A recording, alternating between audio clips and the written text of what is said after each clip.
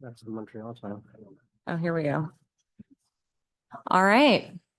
Good morning, everybody. Thank you for arriving so early for this session.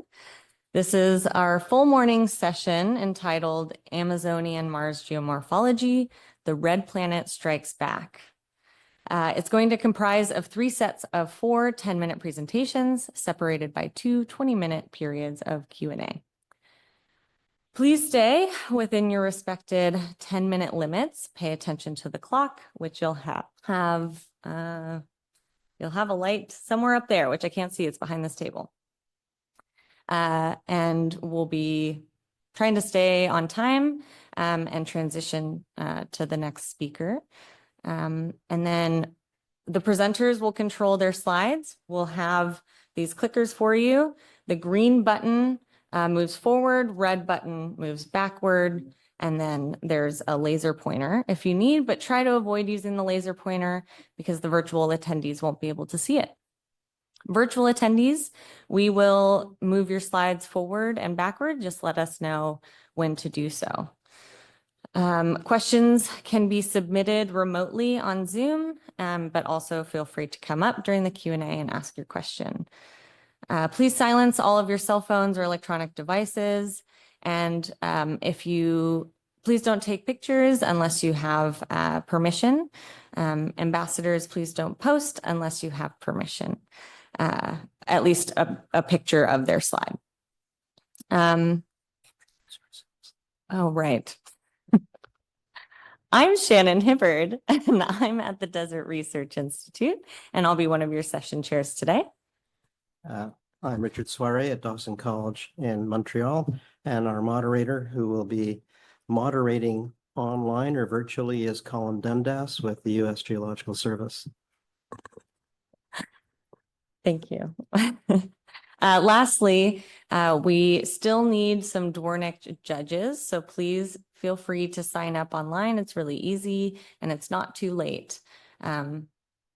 So with further ado, I think 3 minutes. Oh, we have 3 minutes.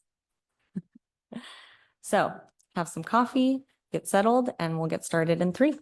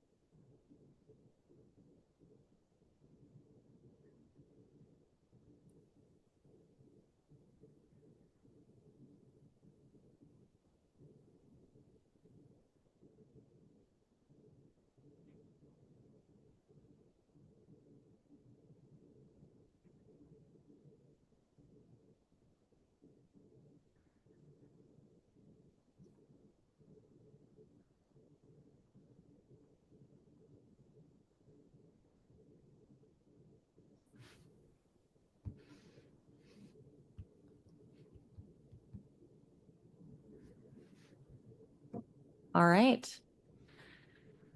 We're going to get started.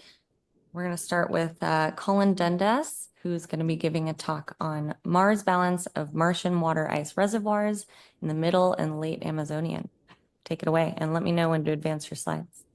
All right, thanks, Shannon. Can you all hear me? Yep. Okay, yeah, I'm talking about the mass balance of Martian water ice reservoirs in the middle and late Amazonian. And I'm a geomorphologist, and this is a geomorphology session, so therefore I'm not going to talk about geomorphology.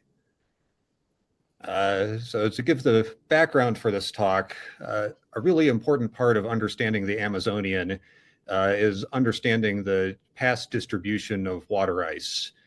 And I'll talk more about that in general in a moment, but some recent evidence from my work and others supports the possibility of near equatorial ice being widespread at some times in the Amazonian. And so this equatorial region could have been an important ice reservoir. And specifically, we just had a paper come out suggesting that rootless cones, due to lava ice interaction near Athabasca Vallis, nearly right at the equator, these rootless cones indicate lava ice interaction, but they're not readily explained by aqueous floods, which likely indicates that there was past equatorial pore ice deposited just under baseline climate conditions under some past obliquity and other set of climate conditions.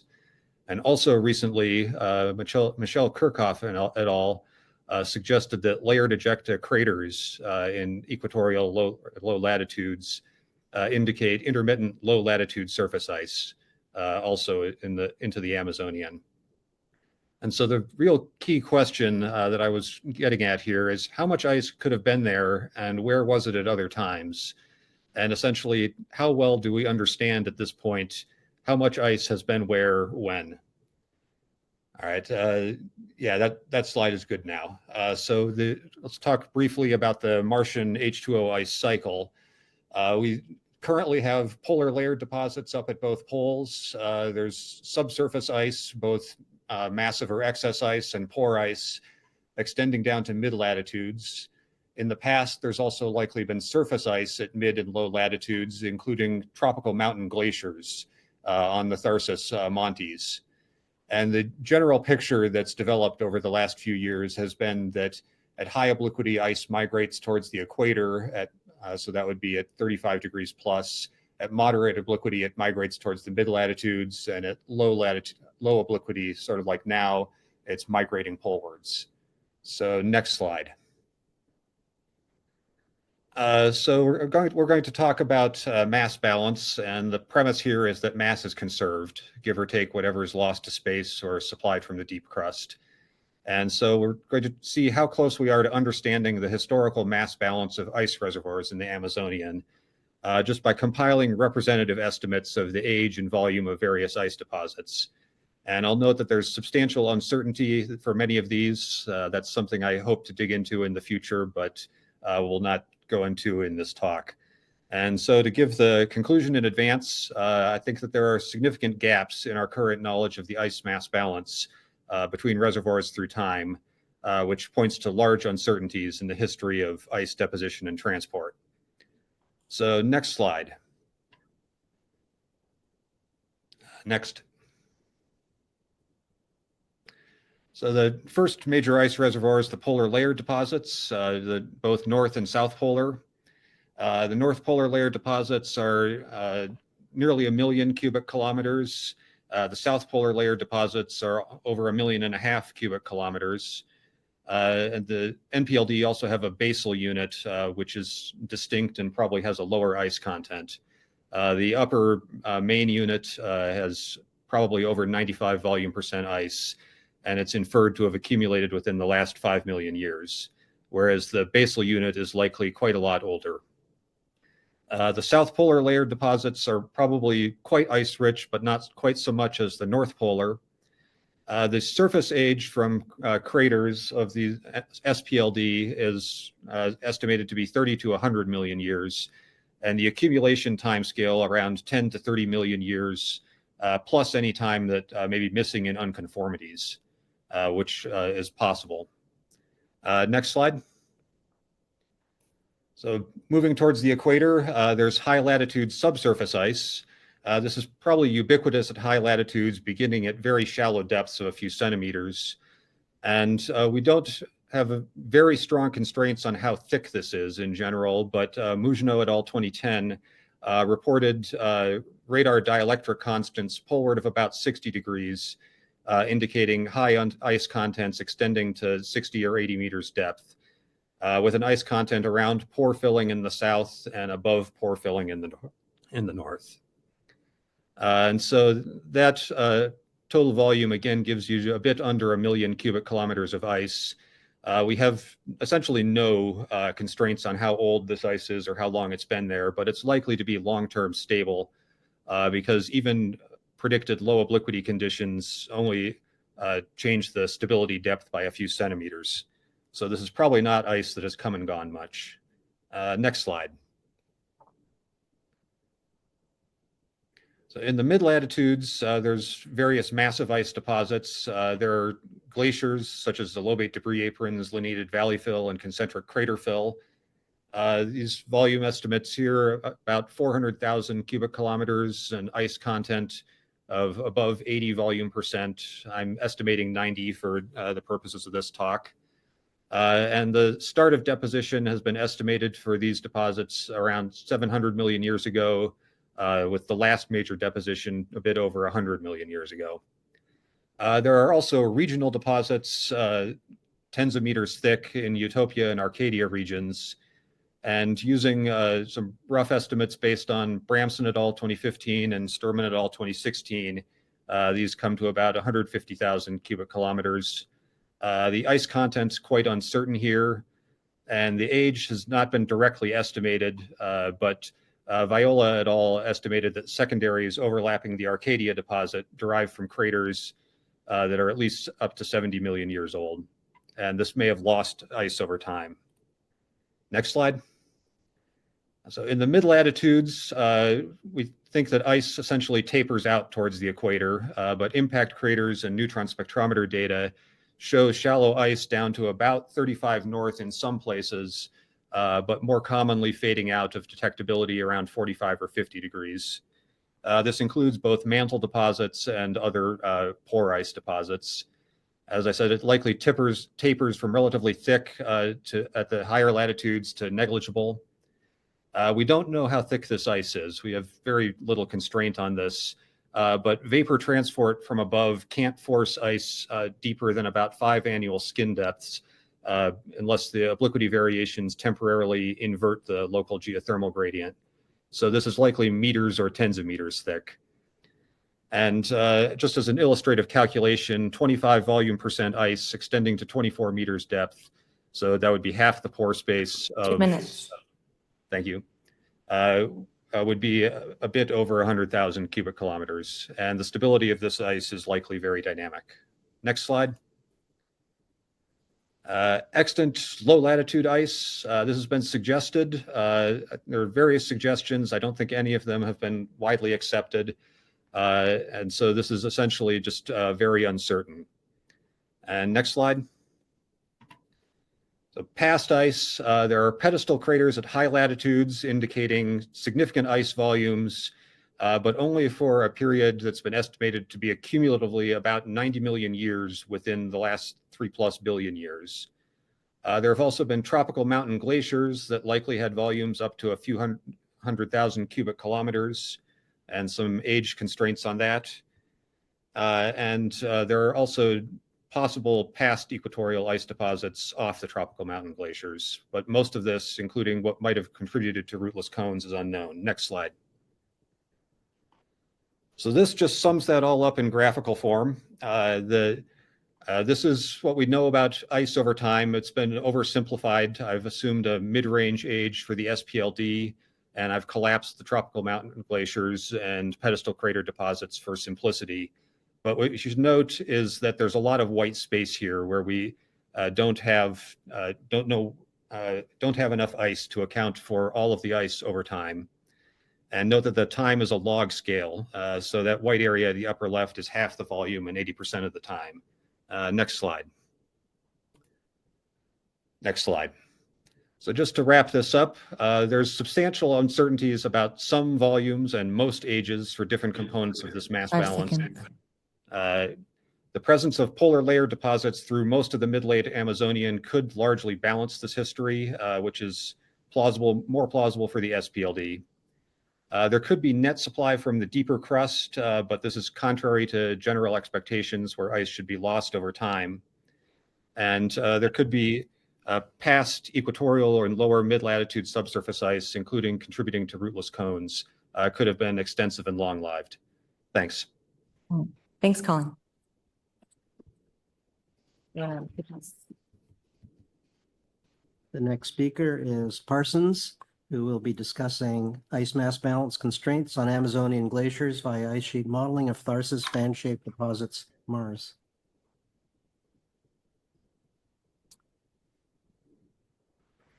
All right. Hello, good morning, and thank you for making it. I am studying some of these equatorial deposits that are found in Tharsis Montes, the fan-shaped deposits that are most notable, extending for hundreds of kilometers to the north and west of the Pavonis Mons, which is shown in this elevation map in the middle, which sits right upon the equator of Mars. Arsia Mons is to the southwest. The shaded regions in this elevation map indicate the extent of the fan-shaped deposit, and some colored zones here indicate some observational legwork, locations of study that some undergraduates that are joining me at this conference have done. So we hail from Fitchburg State University in Massachusetts, and I'm going to share with you some simulations about the ice that form these deposits and what we can say about the mass balance requirements in order to form those deposits. So I'm going to focus on the Pavonis fan-shaped deposit for the most of this talk. So the accumulation, advance, and collapse of these debris-covered glaciers during the Amazonian resulted in a number of different features, namely the knobby units that you see in the upper right portion, this kind of chaotic, jumbled, rough unit, which is thought to be the debris that was on top of this ice collapsing into sublimation pits and crevasses as the ice kind of catastrophically went back into the atmosphere, perhaps related to volcanic activity that's also been contemporaneous with these ice activities. We also have concentric arcuate ridges that are found in the interior of the fan-shaped deposit that are thought to be depositional drop moraines found at the margin of the ice sheet and deposited there as the ice flowed and advected that debris to the margin of the ice. In addition, we have a smooth unit, which is thought to be extant ice, current day ice that is preserved below a debris layer to the modern day that sits upon these other units. So work in 2005 by Sheen et al. Looking at elevation has constrained the thickness of that smooth unit to about 500 meters, looking at the difference in elevation between the base of the smooth unit and the top. I'm going to skip over some of these other observations and get to our study. So our question is, what must the mass balance be in order for ice to accumulate on the flanks of the fan-shaped deposits, on the flanks of the volcanoes, and stay within the fan-shaped deposit boundary, but still retain ice into the modern day, which is what is observed by the presence of these smooth units. So work by Forget et al., Francois Forget in 2006 showed that at 45 degrees obliquity, we expect ice from the polar regions to be advected into the equatorial regions and adiabatically cool as it moves up the flanks and precipitate out as snow at rates upwards of 50 millimeters per year next to Pavonis Mons and Arsia Mons. Now, this is a bit of a conundrum because we know that the Martian obliquity has exceeded 45 degrees within the last 6 million years. And if we go, even though these deposits are probably significantly older than that, we have significant amounts of time that Mars has spent near this 45-degree obliquity state. So the goal of this work is to look at just the last 40 million years of time. And that's when the obliquity solutions from Lascar's work in 2003 show that we get some divergence here between different obliquity solutions. But we're going to select one of these solutions, the nominal case, which is the black line shown in this spaghetti plot, and look at what is the mass balance required to get the a glacier to form, stay within the fan-shaped deposit boundary, and retain ice to the modern day. So again, we're not saying that these units were formed within the last 40 million years, but we can place an upper limit on what the accumulation rate was because we're using a limited time frame in which the ice is allowed to accumulate. So by having a limited window of time, ice needs to come in fairly quickly to form the fan-shaped deposit, but it could be lower rates than what we're constraining because the units may be much older and had a longer period of time over which to accumulate. In terms of ice loss, this is key because ice is covered with debris and is diffusion limited. So ice loss is diffusing through a surface debris layer, and that limits the rate at which ice is lost. We use a equation modified from Chevrier et al. In 2007. The key part of this is that the lag deposit thickness is in the denominator, which significantly reduces the rate at which ice is lost from these deposits once we get some debris on top of it. The model we use does not have a time-dependent debris thickness. So unlike what this animation was showing, where a lag deposit is developing over time, we have to set a constant, a time constant debris thickness that we're going to then forward model and see what it does. I'll focus again on the results from Pavonis Mons. So we use a terrestrial ice sheet model, PISM. It's a three-dimensional thermomechanical ice sheet model that we've adapted to Mars. This model was developed at the University of Alaska at Fairbanks, as well as the Potsdam Institute. It's a thermally coupled ice sheet model. We use a basal heat flux of 30 milliwatts per meter squared, which is slightly higher than Martian average, but we are on the volcanically active Tharsis region. Importantly, we include surface temperature conduction through the ice sheet as surface temperature varies with obliquity. The basal topography is MOLA data, which is gridded at 5 kilometers resolution. Ice is accumulating along the flanks of the volcano shown by the shaded region here, limited in slope aspect to slopes that point west to north. We're going to look at two different cases, one in which a critical obliquity of 43 degrees causes precipitation to take place, and another case using 45 as our critical obliquity at which precipitation starts.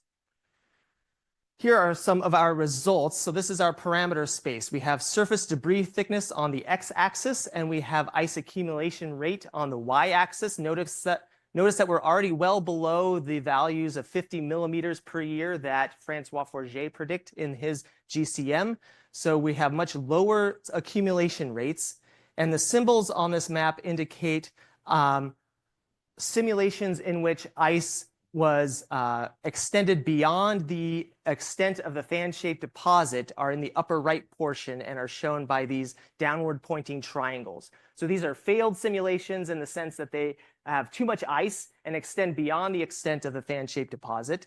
The red symbols are symbols in which simulations in which there was no ice left at the end of the simulation, which is also what we don't observe, which is the presence of the smooth unit indicating that we need to have ice remaining toward the end of the simulation. So this is too much ice loss. So the blue circles indicate agreement with the observations where we have ice remaining within the fan-shaped deposit and staying and remaining ice at the end. I'm going to show one of these failed attempts here. Again, we're using a critical obliquity in this case of 43 degrees. Okay, so we're a little bit lower than the 45. And let's look at one of these simulations. So what you'll see is obliquity in the top left panel, precipitation events shown by the blue peaks where we exceed the critical value for precipitation. You'll see ice thickness show up here in the central panel, total ice volume in cubic kilometers here in the bottom. Along this white transect through the model, you'll see the sublimation rate show up here in the top right, a slice through the ice sheet showing temperature profile in the middle, and then in the bottom right, you'll see the surface velocity of the ice plotted here. So ice accumulates along the flank. This is going to move fairly quickly, but pulsates as several accumulation events take place. Over the course of about 10 million years, we exceed the extent of the fan-shaped deposit. Again, too much ice in the simulation. so it fails the observations. Ice flow rates are in excess of 10 centimeters per year during ice advance. But again, sublimation rates are fairly low. We're down at 0.2 or 3 millimeters per year ice loss. At the end of the simulation, ice slowly retreats as obliquity is reduced, but we are left with a remnant ice sheet at the end that's about 500 meters thick, similar to what we see with a smooth unit. All right, this was backup slides in case that didn't work. Thank you to the audiovisual people 30 here who seconds. made it possible. 30 seconds. Okay. So I'm going to skip over this. 45 degrees obliquity. We also see similar results, but we can get slightly higher precipitation rates because fewer precipitation events happen because we have a higher threshold for the obliquity cutoff. There are some independent observations we can use to constrain the debris thickness using elevation data that my undergraduates have worked on. We can look at the cross-sectional area of these ridges, looking at the advection of debris at a rate that agrees with the models over a time scale of 100,000 years. We can get debris thicknesses required of about a meter or more. So that agrees with the model. We got to wrap it up. 10 seconds. All right. So in conclusion, we have accumulation rates that are subdued compared to Francois Forget's work, sublimation, which is much lower compared to previous ice models.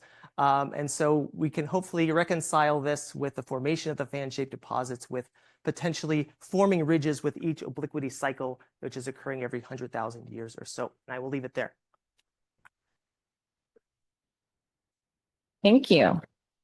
Our next speaker is Noah Lebec, talking about structure and origin of the Martian latitude-dependent mantle revealed by ice-exposing scarps.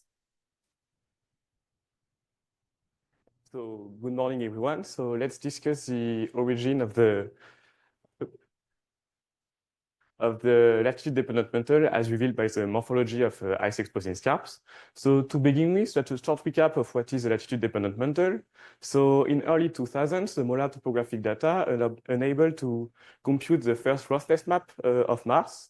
And it revealed an intriguing pattern with the topography above around 45 degrees of latitude appearing much more smooth than the rest of the surface of Mars.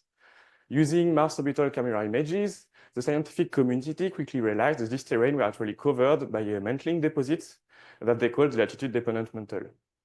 So in the following years, numerous studies have suggested that this mantle was actually ice-rich, both based on direct observations, such as the trench digged by the Phoenix lander, or by the ice-exposing impact in the mid-latitude, or based on indirect observations, such as morphological evidences like polygons or scallop terrain, or neutron counting maps. So also being studied for more than 20 years, there are a lot of uncertainties that are still surrounding the characteristics. So there are a lot of questions regarding its internal structures, its thickness, or the ice distribution inside. So all these questions relate to the very nature of the LDM and in particular to its origin and the link to past climate. And these are also important questions relative to the accessibility of the water ice for potential future human exploration of Mars.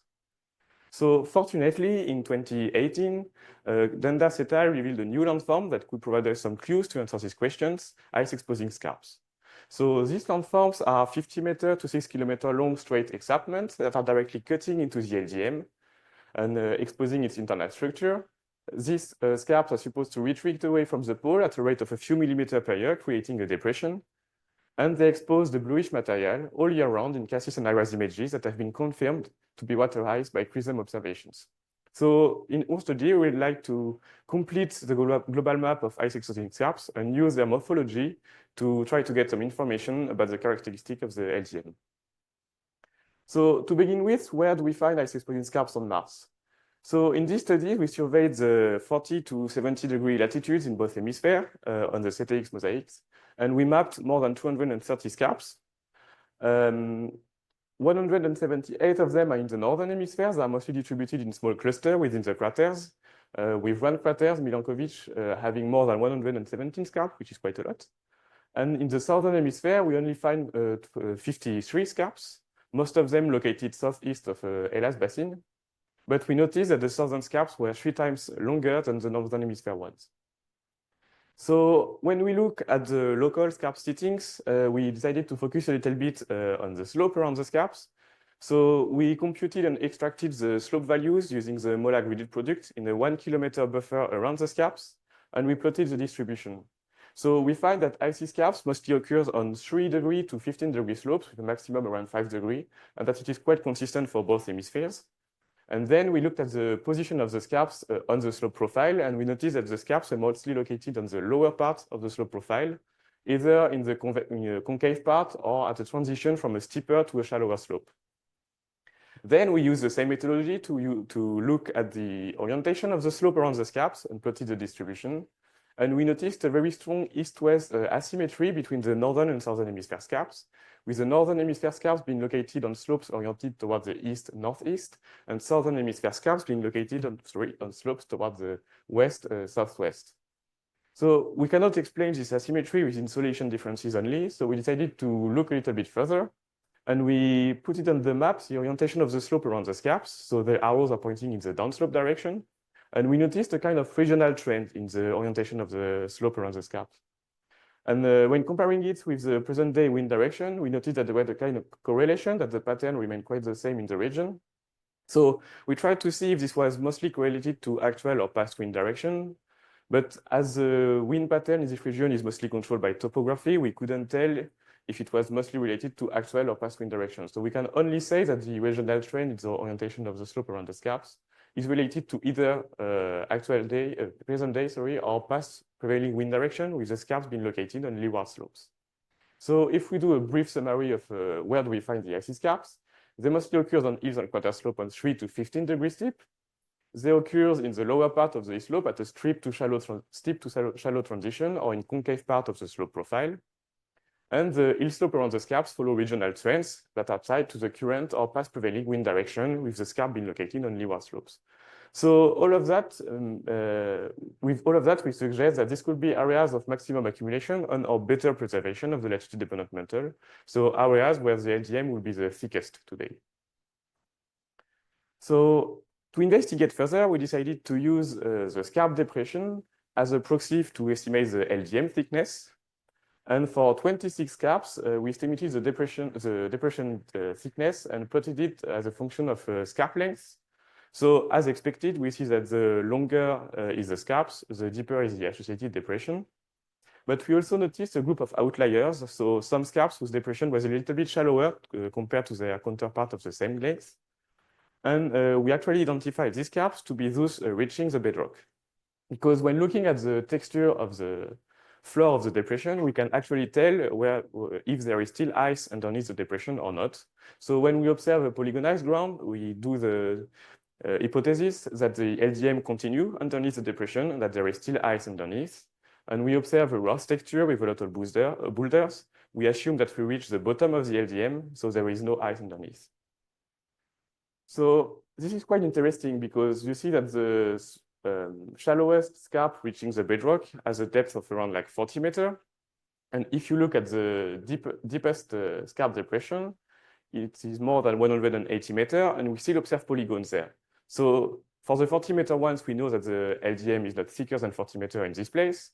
And for the 180-meter one, we know that the LDM might be continuing under the scarp depression, which means that the LDM has a varying thickness from one place to another by quite a lot. Okay.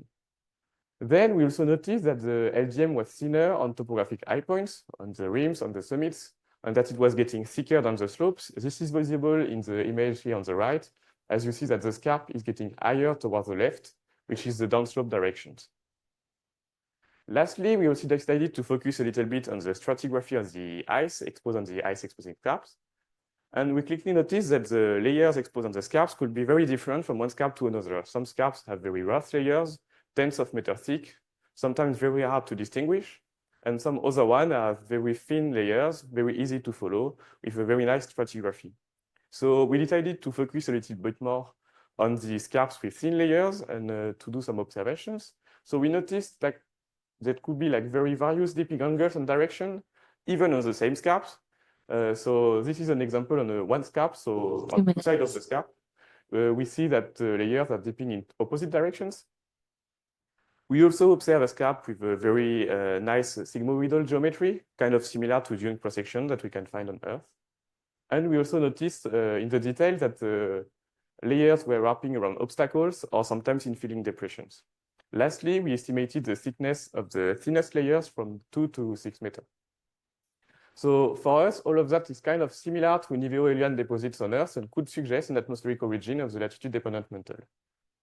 And if we summarize all these informations, we have seen that the scarps are located on the lower concave part of the leeward slopes that could be areas of maximum ice accumulation, that the LDM has a varying thickness from 40 meters to more than 180 meters, depending on the place you are looking at, and that it is shallower on topographic high and thicker than the slopes, and that we observe fine layering on some scarps that have a very complex geometry that could be similar to Niveo-Elian deposits. So for us, all of that suggests that the LDM could be made of wind-drifted snow and dust, whose deposition thickness could be highly dependent on the topography and the wind direction, as it is summarized on this little sketch on the right. So thank you very much for your attention.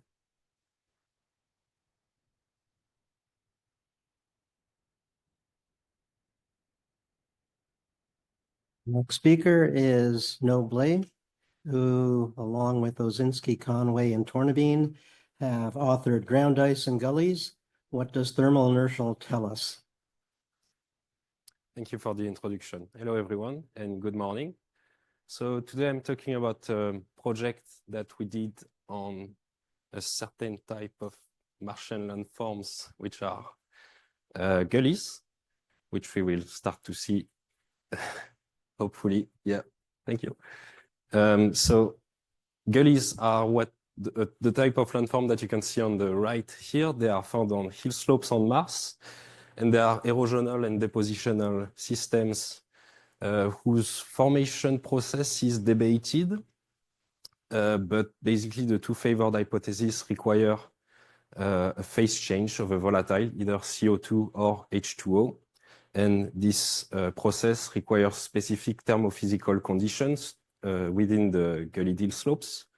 And in this project, we are looking at trying to constrain the thermophysical properties of the first centimeter of the gully deal slopes. We do that through studying the thermal inertia of gullies. So thermal inertia is a property of any geologic material that basically tells you how resistant it is to thermal changes, how quickly it warms up or cool down. And it can be related to grain size, the presence of layering, the presence of rocks. So we are looking at the thermal inertia of gullies using two global data sets. The first one is the thermal inertia quantitative mosaic derived from TEMIS images at 100 meters per pixel. It's limited to 60 degrees of latitude in both hemispheres. And the second data set is the gully part. It's the global gully catalog that we have compiled. And each of these red little dots is in fact a polygon that delineates the extent of a gully deal slope. If we zoom in on one of these red polygon, that's what you would see. So the red polygon delineates the extent of a gully deal slopes. That is the image in the background. And we have extracted every pixel of the thermal inertia mosaic that overlapped this gully slope polygon. So that's the little colored points that you see there. So in total, we have more than 4 million thermal inertia pixels, and each of these pixels gives us one value of thermal inertia given in thermal inertia unit, which is defined to the right here. And then we look at the statistics of all this population of 4 million plus thermal inertia values. So these are the global statistics. You can look at either the text on the right, on the left, or the figure on the right. It's saying the same. The average thermal inertia of gullies is around 360 thermal inertia units. And if you compare it to the reference thermal inertia values that I've given you on the bottom left for some reference geologic materials, you can see that it's a pretty intermediate value between fine dust and rocky surfaces. So it can correspond to many configurations of geologic material. You can have sort of coarser sand, but you can also have some finer material with some rocks in it. So I'm not going to focus on the quantitative absolute value that we see there, but instead we are going to look at the qualitative trends that we observe in the thermal inertia of gullies. First one being that we see an aspect dependency in the thermal inertia of gullies, with equator-facing slopes in blue being a slightly higher thermal inertia than pole-facing slopes. I'm only showing the southern hemisphere here because that's where 90% of gullies are, and that's where the statistics are showing more nicely. Another trend that we see is that there is a latitude dependency in the thermal inertia of gullies. Again, same kind of plot, thermal inertia against latitude. Northern hemisphere, you don't really see this trend. There is not really enough gullies to show it. But in the southern hemisphere, you can see that the thermal inertia of gullies increases almost linearly with latitude. And here, there is something that we have to be careful about, because the thermal inertia product that I used is not considering slopes when calculating the thermal inertia, which is unfortunate because gullies are found on hill slopes. So to try to counter this artifact that may be caused by slopes, we are going to filter out all the pixels of thermal inertia that are found on slopes higher than 10 degrees, and only look at the statistics of these leftover flat pixels, which would be the pink part of the gully that you would see here, which is the gully apron, the depositional part. And we'll do the same plot that I've shown you before, and we observe the same trends of basically no clear trend in the northern hemisphere, but an increase again of thermal inertia of gullies with latitude. So that's quite interesting, and we link that to, well, the increasing presence or contribution of a high thermal inertia material in gullies as latitude increases. And we link that with the presence of water ice in the subsurface of gullies to kind of summarize what the interpretations are. I made this little sketch. Oops, I've shown everything at once. So this is a crater, imaginary crater, found at low latitudes, under 42 degrees of latitude. At these latitudes, gullies are mostly pole-facing, as you can see on the left here, and they are often seen incising the mantling material, which Noe introduced before, which you can think of as a dusty snowpack. And if you look at the sort of hemisphere on the top left, this is basically a cross-section of the subsurface that would influence the thermal inertia of these gullies. And you can imagine that, so some amount of dust, so with ice mixed in, and the top first centimeter of this material would be covered by a dusty, fine-grained lag deposit, which would overall have a quite low thermal inertia compared to equator-facing gullies. So transfer to the right of the slide here. These equator-facing gullies would be incising a mix of fractured bedrock or rocky regolith and talus material, which would have overall a higher thermal inertia. So, which is what we observed, higher thermal inertia of gullies on equator-facing slopes. And that's for under 42 degrees of latitudes. But if we increase the latitude, we would observe, I think, an increase of the presence of ice in the substrate of gullies, because ice becomes more stable at higher latitudes. And so, which is what I represented with the blue arrow here. And if we look at equator-facing gullies, we would see also an increase of the presence of ice, and therefore, thank you, and therefore an increase in the overall thermal inertia of these gullies.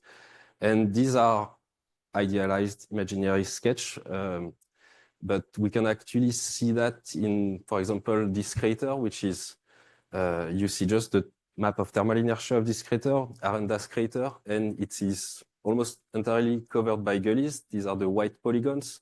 And if you look at equator-facing gullies, they are incising into high thermal inertia material, bedrock, and they have an average thermal inertia of 500, which is higher than pole-facing gullies on the bottom right, which are incising into this fine grain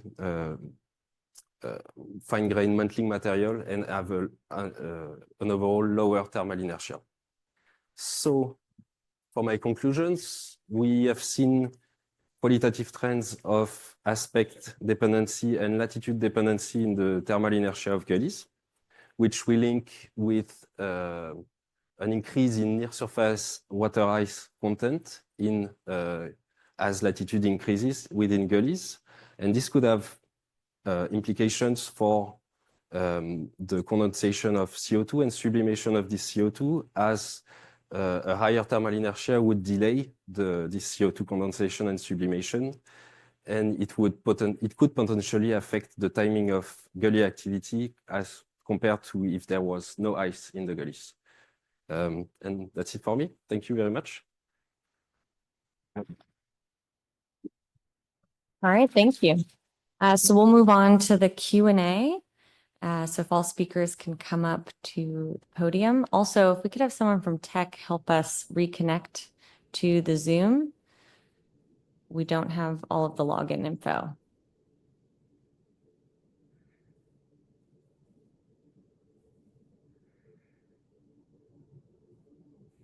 And please feel free to come up and ask some questions.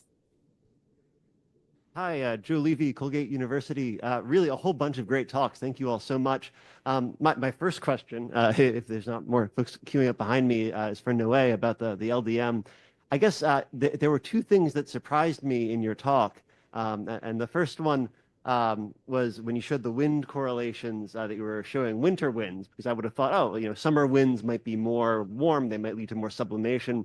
So I was curious about the seasonality of the wind regime that you looked at. And then the thing that really surprised me was when you said that the scarps, maybe I didn't understand this right, were constructional features, that snow was being deposited in your interpretation by snow being deposited like in a sand dune. So I guess my questions are, did I understand that right? Because I would think of the scarps as erosional, not depositional. And so, and then what about seasonality?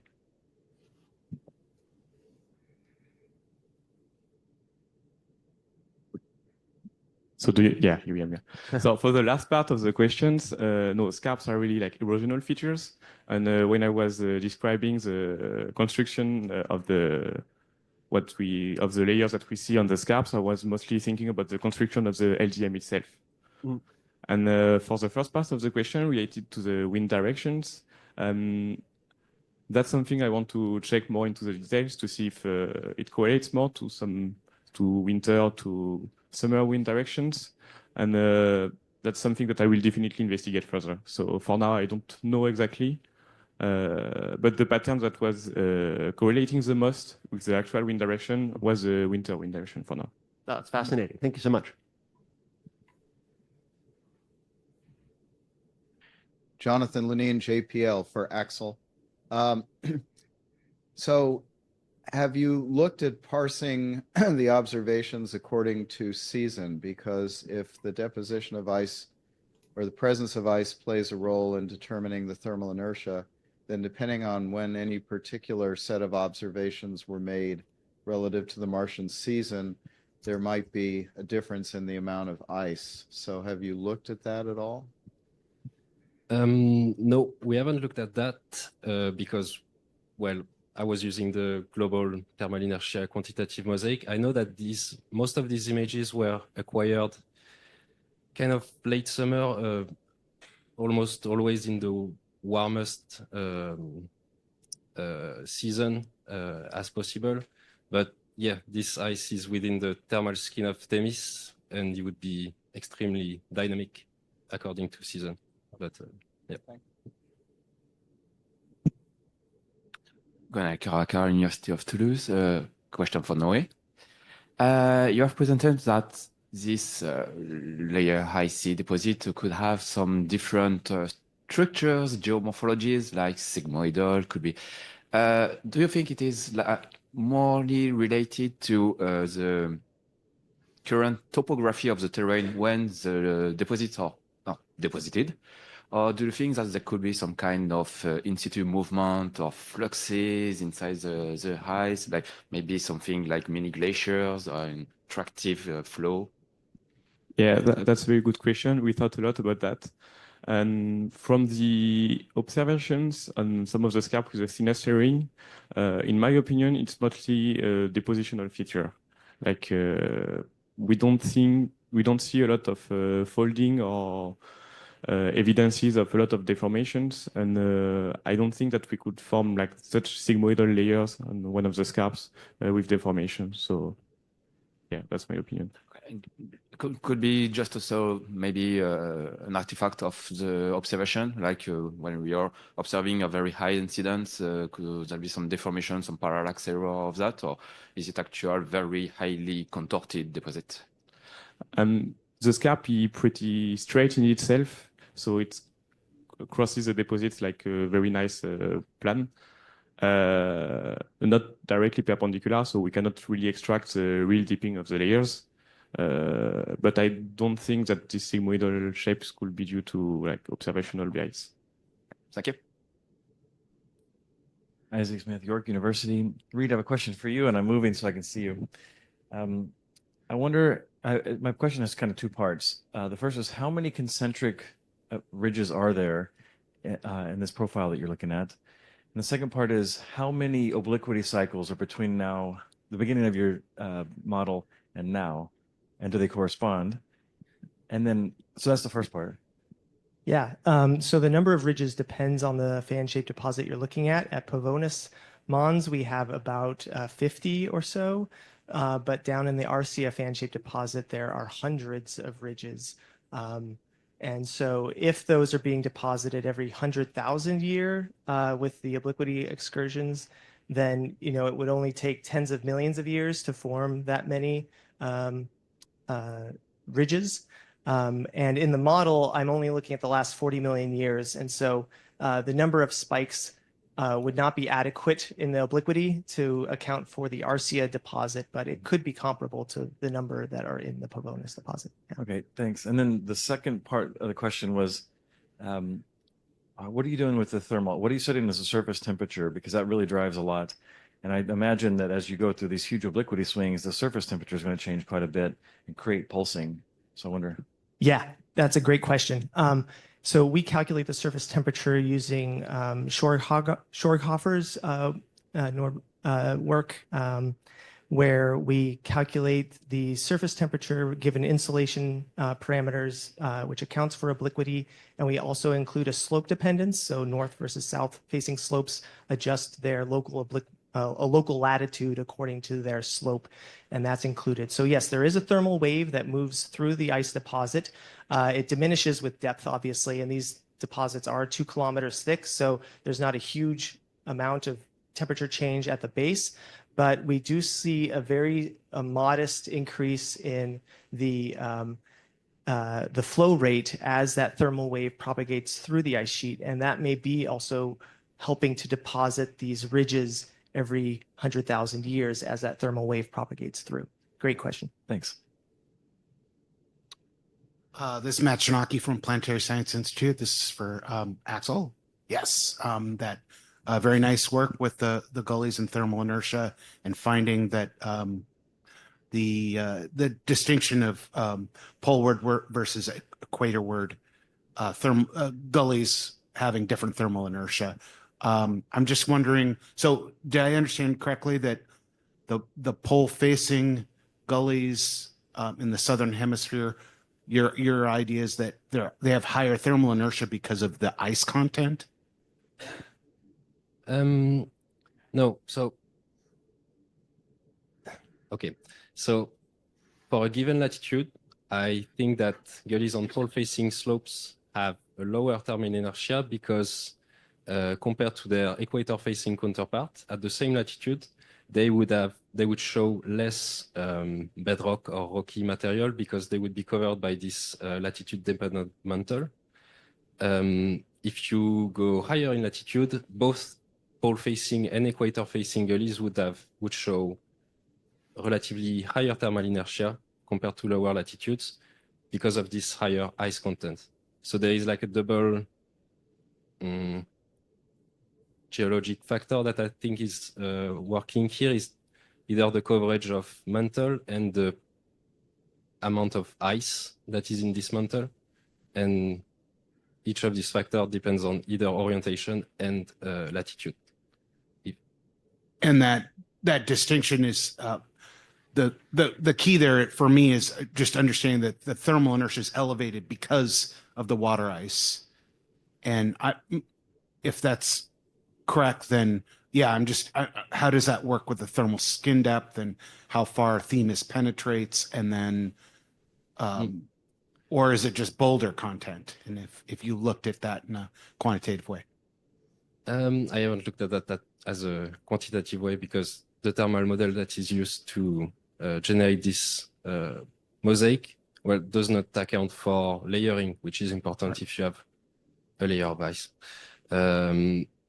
But so I think the ice content controls the slope that we see of thermal inertia against latitude.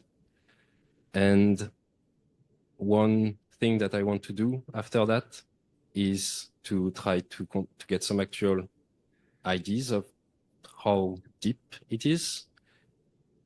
With the thermal inertia mosaic that we use, the thermal skin would be less than 10 centimeters, but we can't really place an actual number here. But yeah, I don't know if that answers. No, that helps. Thanks. Okay, cool. Thank you. Ginny Gulick, University of Arizona and SETI Institute. Nice talks from all of you, but my comment is directed to Reed. As a geomorphologist, I really appreciated the multiple lines of evidence and multiple features to show that it is glacial processes, especially the sequence of moraines. That's it's really difficult to invoke another hypothesis with that and the other features. And I also really appreciated how you use those geologic features to really constrain your model. So really nice job. One of the things maybe you might consider in the future is you're sitting on a volcano. So there's geothermal activity possibly during this time. Thank you. Yeah, if I may comment on that, I felt like our heat fluxes were fairly modest because we are on a volcanically active area. What's interesting is if you increase the heat flux at the base of the ice sheet, it makes it even harder to keep the ice within the fan-shaped deposit because the lower viscosity of the hot ice flows more readily and goes beyond the extent of the fan-shaped deposit if we increase the heat flux. And furthermore, because the ice tends to spread out and pancake at low viscosities, it loses ice more quickly because a larger area of ice is exposed to sublimation. And so it's harder to keep the ice to stick around to the modern day, and it's harder to keep it within the fan-shaped deposit overall. So it might be, if we do increase the heat flux, we could create the fan-shaped deposits with even less of an ice volume than what our model is currently using. But that's an insightful comment. Yeah. Thank you. Hi, this is Richard Soiree. I have a question for Colin. Apologies if I missed this point in your presentation. Could you comment or elaborate on the current rates of global water ice depletion and look ahead on that? Oh, that's a very good question. It's not something I talked about because we really don't have very strong constraints on it. Sorry? One minute, Colin. Oh, Sorry, can you hear me? yeah, now we can. Go ahead. Okay, yeah, that's a good question. It's not something we've got very good constraints on. We have model results on where ice should be stable, and we think that many of the observations we've made are consistent with those models.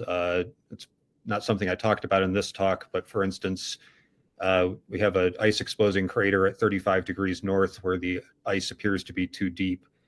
which is consistent with recent or ongoing loss. But we don't really have good measurements of where or how much ice is currently being deposited and removed. I think that's a very interesting question that we should look at more. Thank you. Go ahead. My question is for the second speaker, and I think the person I can barely see, that one, right? Yes, sorry, Mr. Dr. Parsons. My name is Juan Lorenzo from the Louisiana State University, and yesterday was a very interesting talk by Anna Grail-Galofre in which she suggested very strongly that the rheology of the ice changes considerably depending on the dust content. And I wonder, you're smiling, so now your answer. What do you think about the contribution of dust to the rheology in your models, and how could they change? Thank you. Yeah, so the model is really assuming fairly clean ice. We're thinking about less than 5 volume%, but we do kind of need some amount of dust mixed in order to form that protective lag that we know must form on top of the ice as the ice sublimates. So our model, we're a little bit buoyed by the fact that the model does seem to advance at a rate that the ridges would require. If the ridges are forming every 100,000 years, then the rate at which the ice margin is moving in the model is comparable to that velocity of the ice margin that is recorded in those ridges.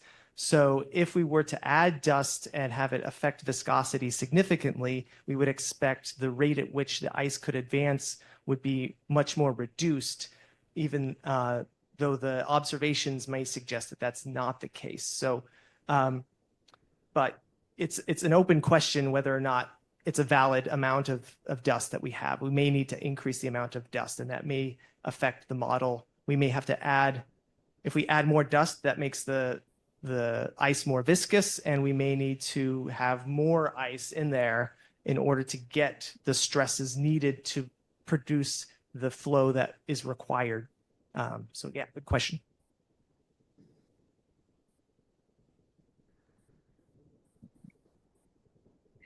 Good morning. My name is Lydia Ellen Tonani Pena, and I'm from the Worcester Polytechnic Institute in Massachusetts. First of all, for all the speakers, I am not a planetary scientist. I'm a materials engineer, and I understood clearly every single point of the talks. Everything was amazing, and it was really insightful. Thank you. And my question is actually for the first speaker, but can also apply to all the other ones as well.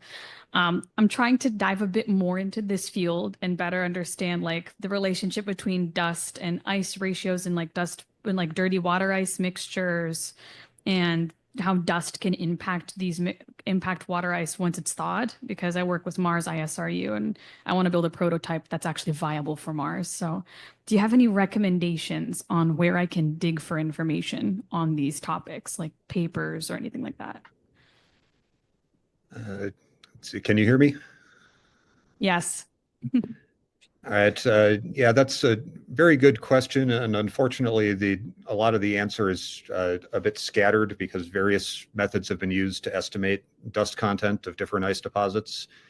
For a number of them, the best estimates are based on Sherrod radar data or MARSIS. There's also been some, for the polar layer deposits in particular, some estimates based on gravity.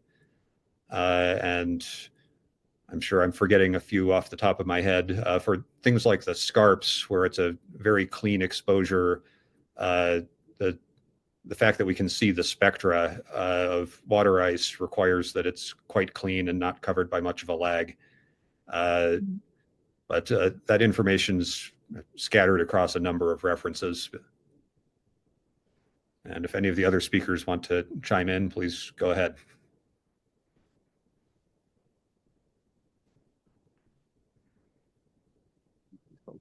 I think maybe looking at it was the Phoenix lander that landed into a very icy place. I think you have some very close-up shots of this ice and how deep or how thick the sort of dusty layer on top of it is. I don't know really much what they've done with all that, but I'm sure there is a lot of literature of very close-up observation of this ice. Yeah, I don't know if. Yeah, I've also heard the Phoenix Lander is like one of our best options too. Yeah. I'm just also like trying to make sure I get as much like insight into other places I can also search, just so I can have a more informed decision when I choose the simulants for a prototype. It's basically, but thank you though. Yeah, thank you. All right, thank you, everyone. We're gonna, oh, We have time. no. One last question. I want to address the questioners. Yeah. Just real quick, I would recommend the Bell et al. Book on the Martian surface as a good resource for what you're looking for. That's a number of years out. Last year, there was a special issue in Icarus of MRO results for the entire mission. So that might be another good resource. Thanks. Thanks. All right, thank you to our speakers.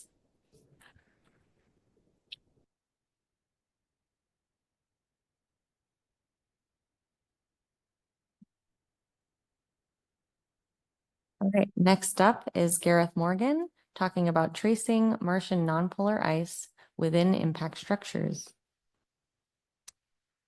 Okay, great. Good morning, everyone. So today I want to continue the discussion of glacial features. Particularly, I want to talk about concentric crater fill and other related landforms. I'm going to talk about a survey we've done of the northern hemisphere of these landforms and what we think this means for the sort of Martian climate.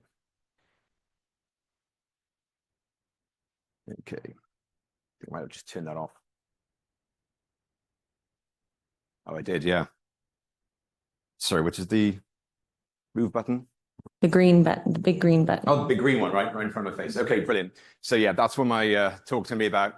Okay, so Martian glaciation being suspected as glaciers on Mars for decades from Viking era. It was really the turn of the century with the high resolution topography data and image data that things started heating up, so to speak. And this revealed these beautiful lineations on glacial features that show coalescence and divergence around obstacles, very similar to terrestrial glaciers. And collectively, this data sort of suggested that there was internal deformation due to massive ice. But as someone who is quite partial to frequency modulated pulsive electromagnetic radiation in the sort of tens of megahertz range, I say the real smoking gun came from radar data, which showed there was dielectric measurements of these features that were consistent with ice.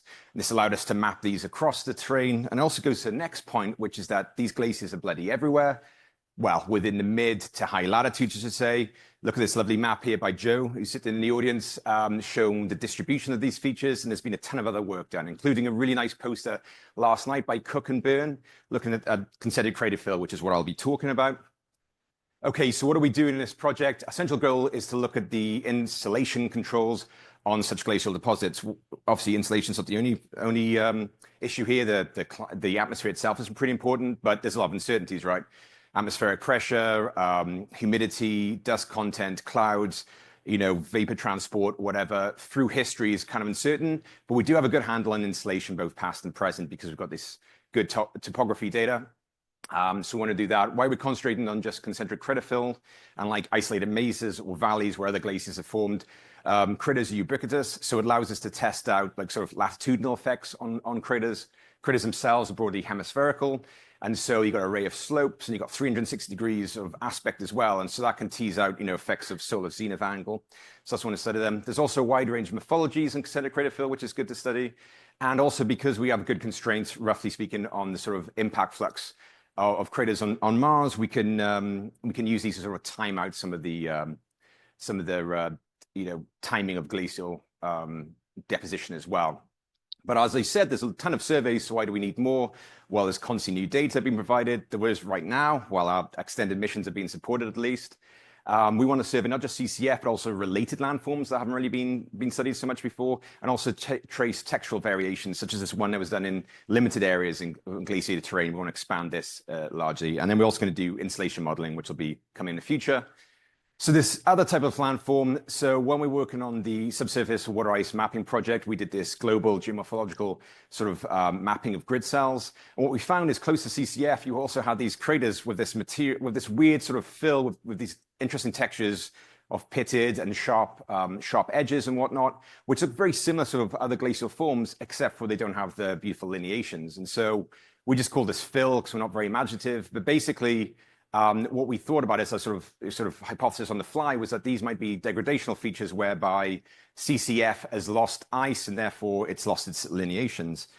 Is there any other evidence to this? Yes, if you want to have a look at sort of like 40 degrees north here, you got lineated valley fill, nice lineations. As you move down to sort of like the low 30s, this also loses lineations and becomes sort of broken up and eventually disappears together at low latitudes. And there's also evidence of where CCF also has this kind of like non-lineated sort of material in the middle. So these are kind of an interesting landform. So where did we study, right? So far, we've been studying through the Northern Hemisphere, looking at Arcadia, Amazonas, we're looking at Chrysi region, so these 80-degree longitude. Using the Robbins and Hynek 2020 crater database, we tracked over 6,000 craters. The reason for this stair-stepping here is because what we did is we sort of went north to south, and basically once we went through a few cells, didn't see any glaciated sort of landscapes, we moved on to the west. And so what we're going to show now is a ton of these density maps, and basically these are percentage of craters, viable craters that could host CCF or other such features. 100% means every crater has one of these features. 0 means none of them. And what you can see, broadly speaking, is there is seem to be some sort of latitudinal control, as been shown before. They only found at sort of mid and high latitudes, so that varies. If we take a look at just sort of pole-facing distributions as well, you find that, yes, they seem to be concentrated at lower latitudes, as one might expect, but not everywhere, and it's kind of mixed as well. Also, going back to just CCF in general, what you might notice, which is kind of unusual, is that, yes, there's this latitudinal control here, but they also seem to disappear at high latitudes, which seems, contradictory to what one might expect. But this is probably due to the latitude-dependent mantle I was talked about previously. And so this, you have these craters here at high latitudes that are that have something in them, but you can't see what it is because the latitude-dependent mantle is sort of draped on it, wedding cake style. And see these craters that are sort of other or uncertain tend to be situated at high latitudes here. What about this fill material I was just talking about? Well, if we look over in this region here, we can see it's more prominent towards the lower latitudes, which is consistent with our sort of default hypothesis that these things, you go from CCF transitions into this. But when you look at these occurrences elsewhere in our study region, you find they're all over the place. So that sort of sequence doesn't seem to kind of hold there, which is interesting. And now if we take fill, CCF, and craters that are draped in mantle all together, we can put these together. And what you can see now is actually really nice, what one might expect, broadly speaking, from an insulation control, is that you have almost 100% high latitudes, and it drops down to low latitudes. We can put contours here, percentage contours to see this. And you can see that, yes, it's not quite a billiard ball type situation where these contours are not equal if it's just insulation. There's some sort of regional control going on here as well. It does vary from longitude to longitude. But another nice thing about this map as well is that we can also plot on top of it craters that are empty. Obviously, there's a lot of these at lower latitudes. Makes sense because you shouldn't have ice there. But there's quite a few occurrences at these high latitudes where we expect it to be icy material. So if we isolate these craters out, this gives us a means to sort of like give a timing of how long since the last glaciation. And so this is something we're going to be doing in both hemispheres. Some of these deposits are already thought to be hundreds of millions of years old, and this seems consistent with that. Right, sorry, this is a really grim, over-the-top figure, but basically what I want to concentrate on is these contours here showing this kind of Bastille Day celebratory colors here, but this light blue is 50%, and what you can see is that there's a huge variation here in a kind of Amazonas, Arcadia region. And if you to sort of go along, say, take the insulation sort of model from the 50% line here, you'd see there are these viable craters in black that are here that don't seem to have any sort of glacial forms, which is interesting. So, why is that? Look, this region has some of the youngest volcanics as well on Mars, like Amazonians. So not only is this resurfaced, destroyed a lot of the craters that could have hosted it, it's also suggested that perhaps some of the craters that formed in this now don't have glaciation. So that might be another means to tease out the timing of these events. Finally, we've also been doing CTX and high-rise based textural sort of studies of these features. So one of them is this unconformity where you see these transitions between the smooth mantle and more what's considered to be older terrain. This is something that Levi et al. Noticed in 2009. And when we survey this across the Northern Hemisphere at high-rise scales, you find this is also regional. It's not everywhere. Same thing for these sort of dust-covered features we've also been tracking. They also seem to be regional as well. So overall, broadly speaking, this is still very early in the project. We've got to finish off the rest of the Northern Hemisphere, and then we move down to the south. But CCF distribution, intercrater symmetry, and morphology exhibit regional variation. Yes, there is a big, strong latitudinal control. So insulation is very important, of course, but it does seem to vary from region to region. Maybe volcanic resurfacing is part of this explanation, but doesn't explain all of it. So this gives us some hints of what else is going on. So we have to consider other parameters. And the fill distribution as well also varies wildly. So it's not simply a degradational feature. And that might mean that it's also formed at the same time as CCF. Maybe there's other processes going on. It's possibly related, but this is something else that we need to tease by doing more work. And also just want to acknowledge a lot of people support this. We've got the MDAP was the one who supported the funding. Stuart Roberts has given us a lot of help. So does Jay Dixon and Caltech as well for providing the global CTX mosaic, which is also super helpful. And with that, I'll say thanks very much. Thank you.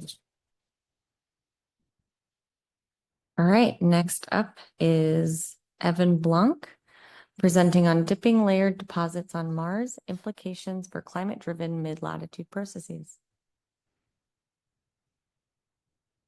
Okay, hi. So thank you for the presentation. So I'm Evan Blanc, first year PhD student in Nantes University. And today we'll talk about the dipping layered deposit on Mars that will give us implications for the climate-driven mid-latitude processes. So first, I will start with a quick introduction of what is a dipping layered deposit. So you can see on those beautiful images from IRAS and Cassis that DLD are composed of stacked layers that follow a local slope, and they tend to gently dip downslope. In fact, we can identify a layering that consists of 1 to 20 layers, and those layers appear to unlap the bedrock. If we look at images, we can also define on the deposit a directions that is represented here with those red arrows.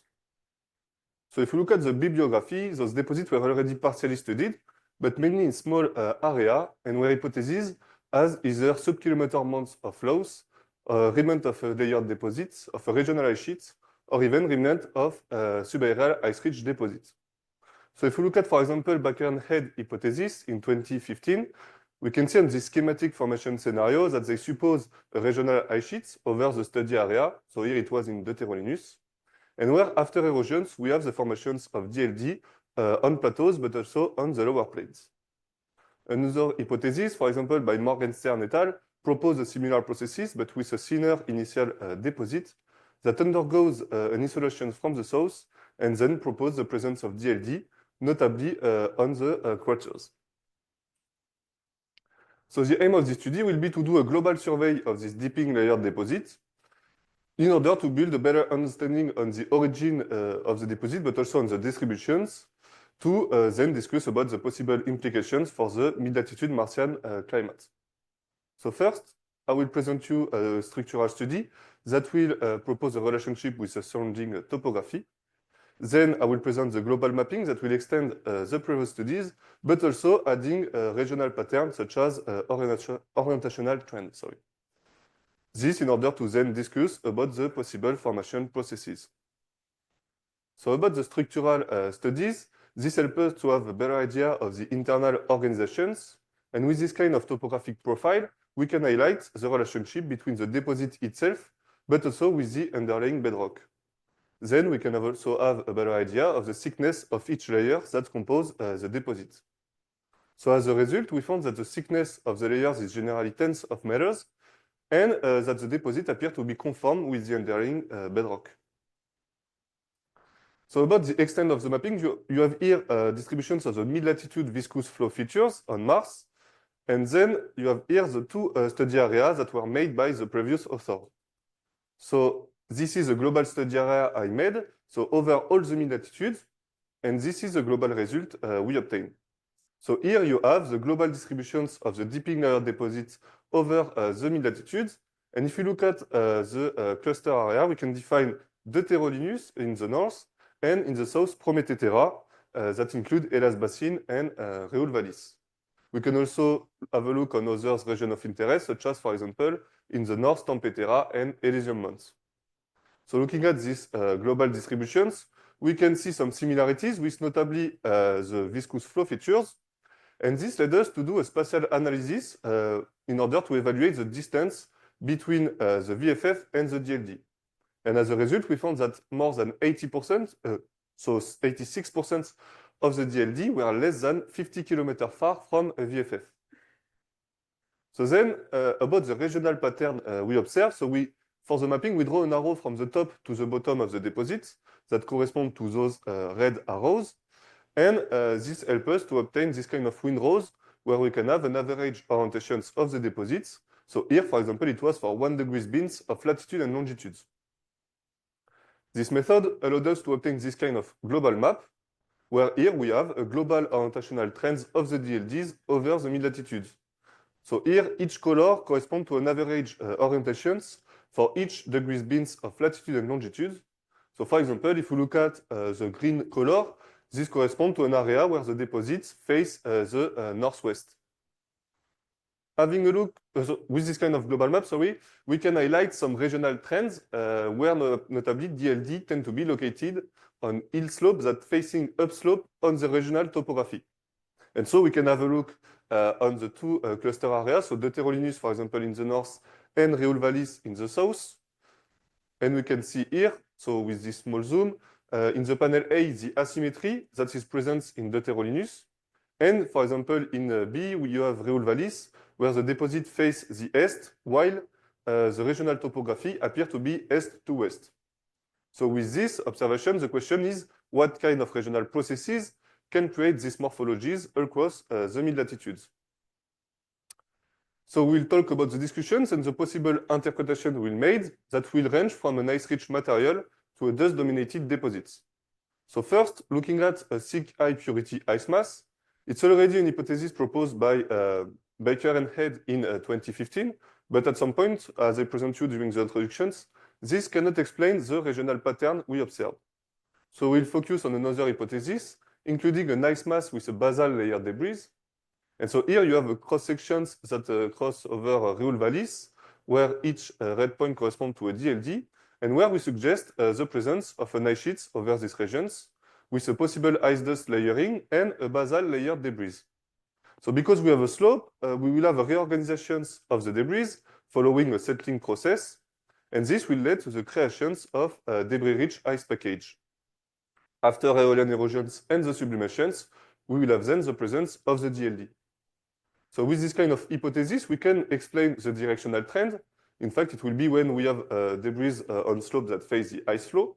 But at some point, with this kind of processes, we should expect notably deformations on the surface of the layers, and it's not an observation we made.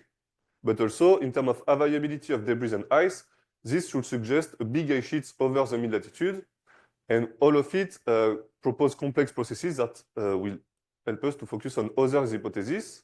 So we pass through the thin dusty ice mantle since it's already, thank you. Since it's already an hypothesis made by Carr et al. And Morgenstern et al., and where, same, we cannot explain the regional pattern we observed. About the ice poor wind deposited sediments, Soare et al. Proposed a loss deposit in 2013, but because we present here notably an association that could be with ice-rich deposits, we'll focus on a thin local ice deposit, where this will be initiated by a nevo-aeolian deposit. So in this case, we have first an ice and dust-rich covering that will be influenced by the wind flow. And this wind flow, when we have a topographic variations, will speed up and slow down, creating divergence of flow lines. And this will favor the accumulations of fine particles in lieu of obstacle. Then we will have ice and dust particle deposits on slope that will create dust-rich ice package. And because we have those dust-rich ice package, we will have a preservations of this package, creating then the DLD. So with this hypothesis, we can explain the directional trends that will be directly associated with the wind flow. In terms of conformity and compositions of the deposits, 30 seconds. That is quite consistent with our observations. and the processes are quite well known, so we will favor this hypothesis. Those are the conclusions, and if you have any questions, let's discuss after. Thank you.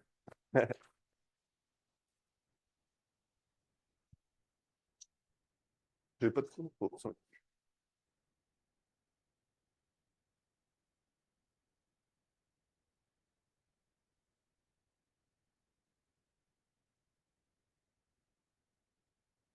The next presentation is by Zanetti and al., who will be discussing NAC LiDAR scanning of Mars analog paraglacial morphology on Svalbard. Morning, everybody. We'll jump right into it because I noticed I have far too many slides for a 10-minute talk. But the Svalbard permafrost landforms as analog for Mars, or SPLAM team, has been exploring Svalbard and trying to establish that as a meaningful planetary analog for Mars since 2008. Svalbard is an island archipelago north of Norway, somewhere between 76 and 79 degrees north. Our main primary field sites for the 2024 campaign were centered around New Allison, which is 79 degrees north, in two areas on the Brøggerhalvøya Peninsula. Kvadehugslettet is a world-class site for stone circles, which is a specific type of paraglacial pattern ground. It basically has all of the types of pattern ground, but we were specifically interested in stone circles there. A secondary field site that we investigated is an ice-cored lateral moraine that is off of the Kongsvegen Glacier, which is a large glacier in the lower right-hand corner.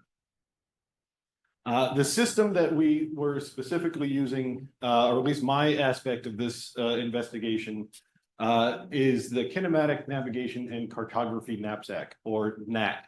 This is a backpack-mounted mobile LiDAR scanner that allows you to make 3D, ultra-high resolution 3D terrain maps of the areas that you traverse on the ground. It is also a development test article for various types of LiDAR. It consists of a GPS antenna that allows you to know where your position on Earth is, an inertial measurement unit that gives you your yaw, pitch, and roll for at 100 Hertz sampling, and a LiDAR sensor of some flavor. The sensors that we're currently using are in space qualification development for use as a navigation tool. The sensors are typically for self-driving car applications. This is just a novel use of that technology, but it also allows us to do GPS-denied 3D mapping in addition to using GPS. So in the cases that you'll see here, we are using GPS for ground truth, but know that we are basically processing all the same data and comparing that with no GPS as well. Other aspects of the system that we've been doing or developing is as a personal navigation device, so that you can use LiDAR to get essentially a ground map with no GPS that allows you to do personal navigation and all sorts of other autonomous robotics research. So the aims of NAC in Svalbard for the 2024 season is essentially to start to catalog paraglacial features, pattern ground, thaw features, to also collect baseline data for future monitoring so that we have these ultra high resolution topography maps so that we can compare them in the future, compared to some very old, decades old legacy monitoring data to understand these features in more detail over time, and also to compare this to Mars, and why this talk is in this session. The primary technical activities are to develop change detection methodology. And so in this talk, you'll see some change detection data, and to also collect data for our GPS denied navigation algorithm development. And to also compare with other state-of-the-art 3D visualization methods and data set integration. So what you see here in the picture is obviously the NAC on the bottom, but a structure from motion kite camera system. So this is essentially a GoPro on a kite, but you can use all of the images that are taken by the GoPro to reconstruct the environment with pictures as well.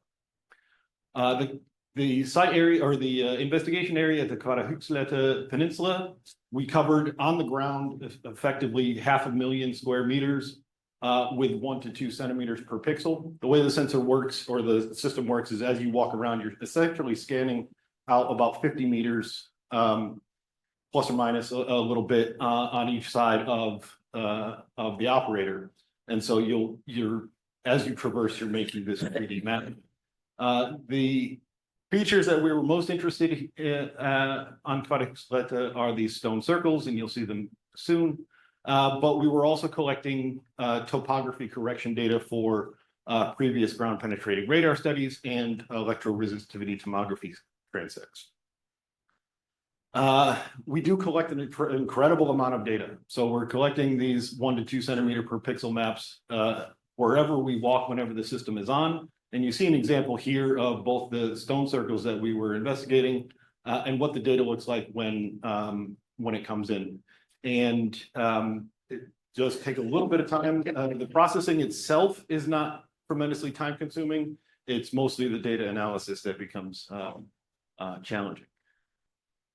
So here is a beautiful example of the stone circles that we are investigating and an image from Kessler et al. That shows essentially the morphologic evolution of these features from a stone circle with a slope gradient that allows these features to essentially elongate.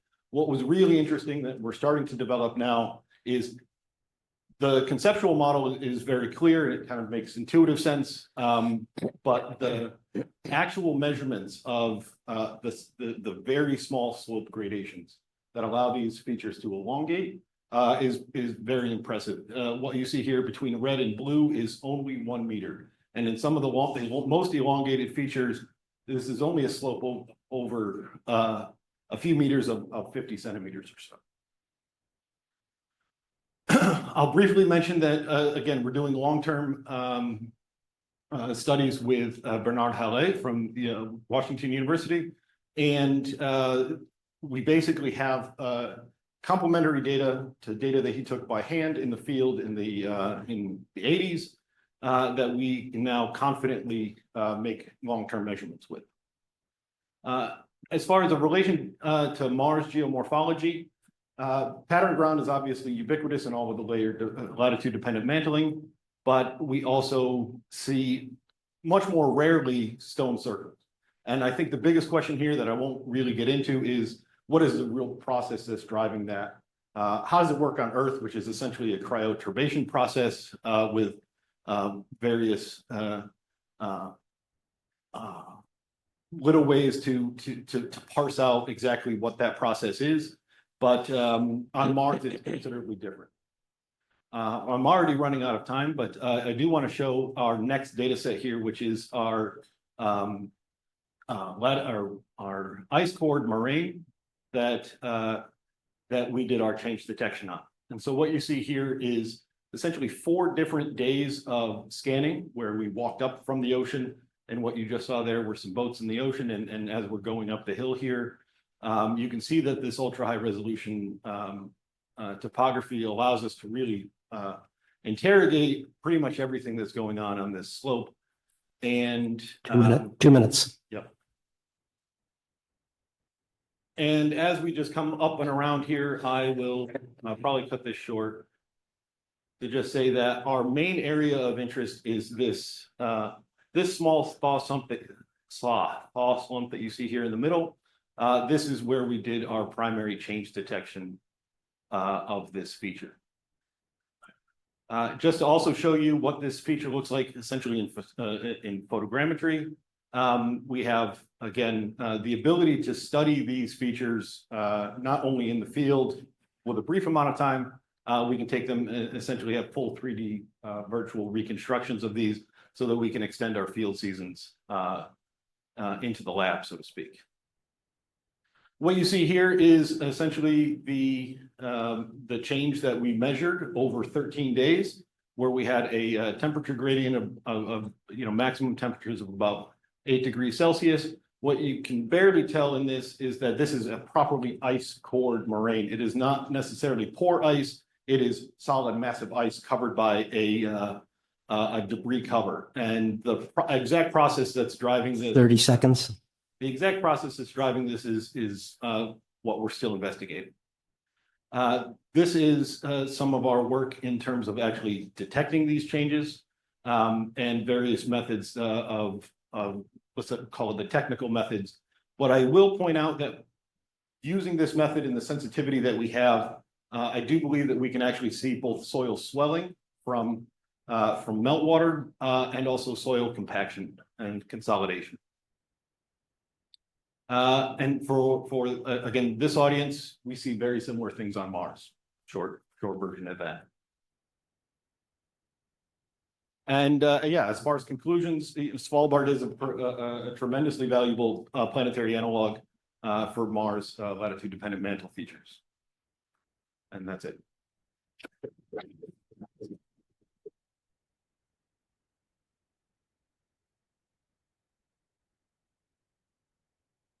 Let me invite Shannon Hibbard to the podium. She'll be presenting her thoughts on terrestrial brain terrain analogs and their implication for Mars climate.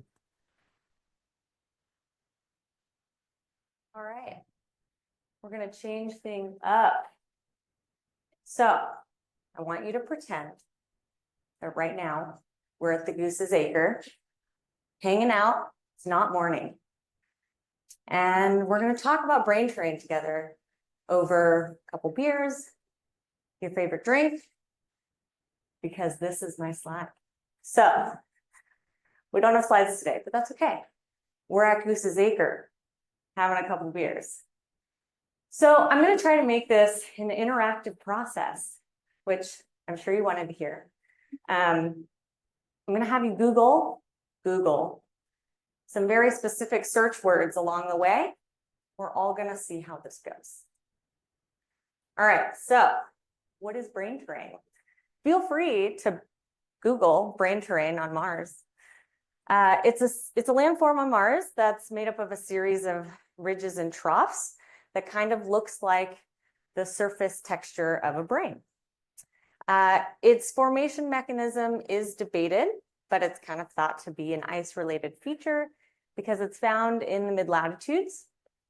It's often found on viscous flow features, and it's also found commonly associated with polygonal terrain, which is also thought to be an ice-related feature. So if you Google, hold up. If you Google map of brain terrain Mars, ResearchGate. There's this new figure out by Pearson et al. In 2024 that shows the distribution of brain terrain on Mars. And I think the most obvious takeaway of this figure that you can Google is that brain terrain is not a widespread landform. It's really constrained to this narrow latitudinal band around 35 to 45 degrees, which is honestly really interesting because this is a really dynamic area on Mars. Because as we've seen, that's kind of the limit of shallow ice extent, where this ice shouldn't really be stable in the near surface and should be actively sublimating and migrating poleward. And so what's kind of interesting about that is that what does that mean for how it formed? If it's got this rare occurrence that's limited to this narrow latitudinal band, it's kind of suggesting that it has this specific set of conditions to form, which could be potentially really impactful for understanding Mars past climate. So it begs the question, why is brain terrain constrained to this narrow latitudinal band? And what specific set of environmental conditions is controlling the the distribution of brain terrain? And so long story short, how the frick does brain terrain form and what does it mean about climate on Mars? So there are two leading hypotheses out there right now. One of them is by Joe Levy et al. In 2009. suggesting that you have massive ice underneath a lag deposit that becomes exposed after thermal contraction cracking. You get preferential sublimation within that crack, and then you get preferential infill within that crack that then kind of protects it, and you'll start to get sublimation around it. And what once was a crack is now a ridge through topographic inversion. And so this process would not require liquid water. It should just require some sublimation. But no, Debrea et al. In 2007 suggested that brain terrain forms much like sorted circles, which we just saw in the last talk. So that's really useful. You don't have to Google that one. Which forms from freezing and thawing seasonally that preferentially moves coarse grains upwards and outwards. And so you have a ridge of coarse grain material surrounded by a center of fines. And that the labyrinthine or brain-like pattern would be controlled by the number of stones that are there. So this would be constrained by, you would need some degree of liquid water. So you can have that seasonal freeze and thaw and movement of those coarse grains. And you'd need coarse grains. So that's really limiting our area that we could have these conditions. But in the past 4 to 5 years, there's been a lot more Earth analogs coming out for brain terrain. So if you Google halite nodules, Atacama, halite nodules, Atacama, it's so good seeing people on their phones while I'm talking. Phillips et al. In 2023 studied these halite nodules and gypsum domes and ridges that look a lot like brain terrain. And they're suggesting that the halite nodules form in a salt flat.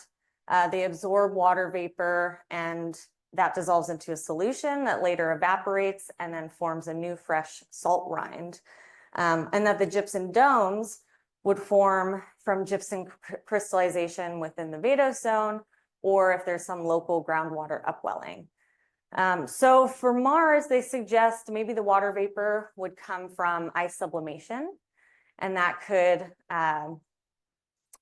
lead to volume expansion of salts through that hydration and then lead to displacement on the surface. Or if there is a brine present, you could get gypsum crystallization to get those gypsum nodules and gypsum domes and ridges.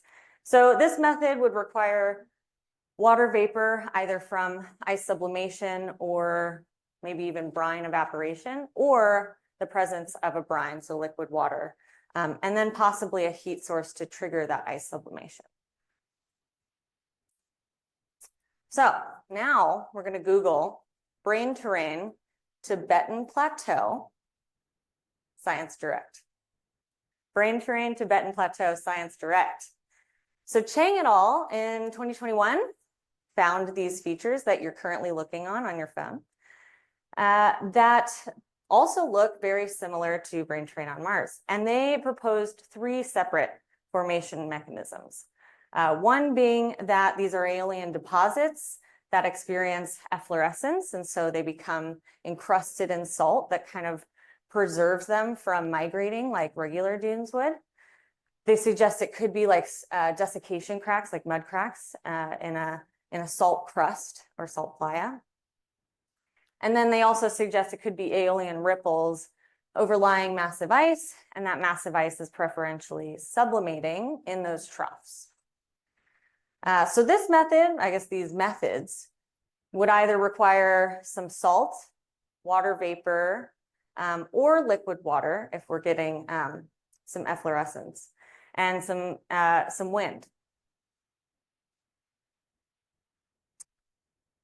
But there are these features that myself et al. In 2021 and 2025 have been studying in the Canadian High Arctic.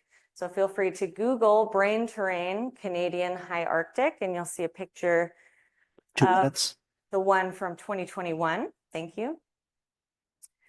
And these are a type of ring form that are found in Nunavut, Canada, on Devon Island and Axel Heiberg Island that look strikingly like brain terrain. And I've been trying to figure out how the frick they form on Earth, let alone trying to relate that back to Mars. And ultimately, I we suggest that these form from the detachment of marginal ice that either was already buried from superglacial material or glaciofluvial material, or was detached and stranded and then became buried. And then you get differential ablation, much like Joe Levy's formation mechanism that would lead to this brain-like pattern on the surface, these series of ridges and troughs. So this wouldn't necessarily involve liquid water, but there needs to be some sort of study on whether or not you would get the same sort of landform if the ice were to purely sublimate versus purely melt versus somewhere in between. But I discussed this a little in the latest paper. If there is a possibility for these features in the Canadian high Arctic to be of paraglacial origin, so that ground ice could have formed in situ through ice segregation processes. So you have some water in some unfrozen ground that's bound by permafrost and is now facing permafrost aggradation on all sides that's forcing it. 30 seconds. Great. And then that can ablate just like it would. But these features are in a polar desert. They're in a thick, continuous permafrost zone and a polythermal glacial regime. So although ice segregation in this region isn't impossible, in these landscapes, but it does require a little more finesse. So if it were to form this way, it would need liquid water and probably the inclusion of salts. So ultimately, there are lots of new brain terrain analogs that can give us some ideas for different processes involved that we can get creative with to try to apply to Mars and think about it and what it means for climate. Thank you for coming with me to the Goose's Acre. Could I? To present themselves at the podium, and our question and answer period will begin immediately thereafter.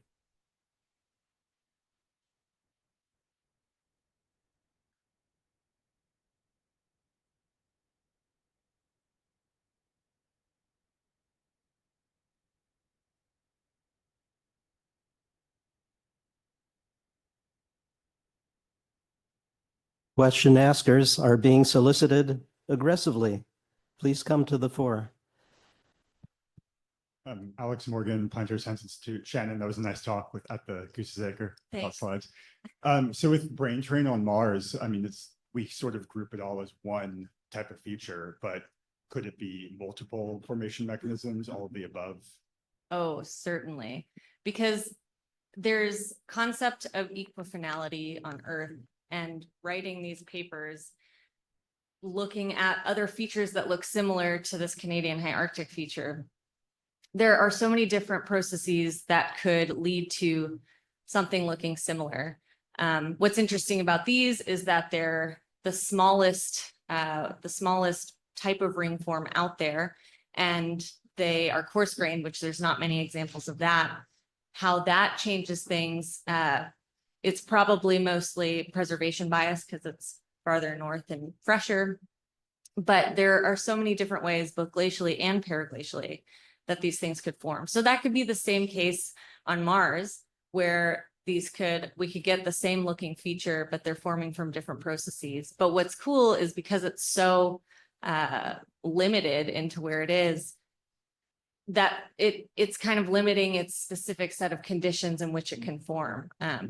But certainly possible that it could form in many ways. So it's helpful. Thanks. And thanks to all the speakers. Great session. Actually, kind of a follow on to that, and also for the Svalbard talk. So the ones in Svalbard are active, and you can actually watch them changing, right?